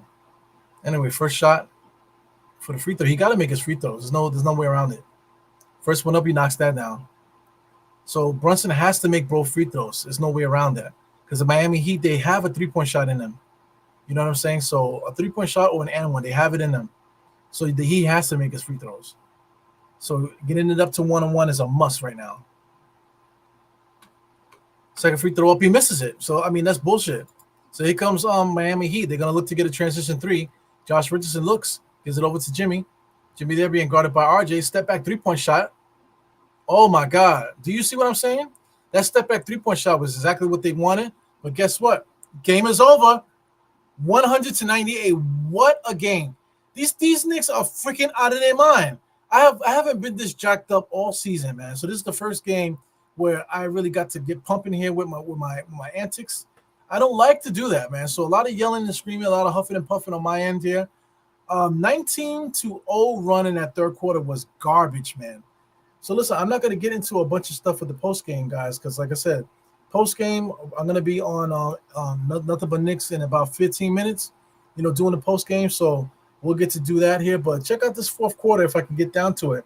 29-11. So don't tell me about the Knicks needing to get a defensive wing. You know what I'm saying? We have the players. We have the defensive players. We need the offensive players to get us to the fourth quarter. Okay, we need that one offensive player to get us to the fourth quarter. The extra play where we don't go through 5-minute droughts. Okay, against bum-ass teams like the Miami Heat. Big time win here by the New York Knicks. Oh my God. Look at that. Look at that fourth quarter. 29-11 in the fourth quarter. That's the game there, man. I'm proud of our guys. Really good team defense. You know what I'm saying? We cleaned it up on offense. Finally put the ball in the right positions there. IQ. Shout out to Brunson with their contributions to the game. Big time a win by the Knicks. Like I said, hell of a comeback. Absolutely, Carson. Hell of a comeback there by the Knicks. Like I said, I got to get myself together. Like I said, my stomach is bothering me still, so I got to go take a shit. I got to go give me some liquids in me, man. Get me a drink on deck here to prepare for this post-game show. So there won't be much cursing and carrying on Nothing But Knicks. It's a different Ebru on Nothing But Knicks, man. So I'm going to be a guest over there. So, guys, tune in. Please go over to Nothing But Knicks at about 10:30. We'll jump on. It'll be me and Ron. More than likely, Sim will be jumping on. So, without further ado, I'll see you guys later.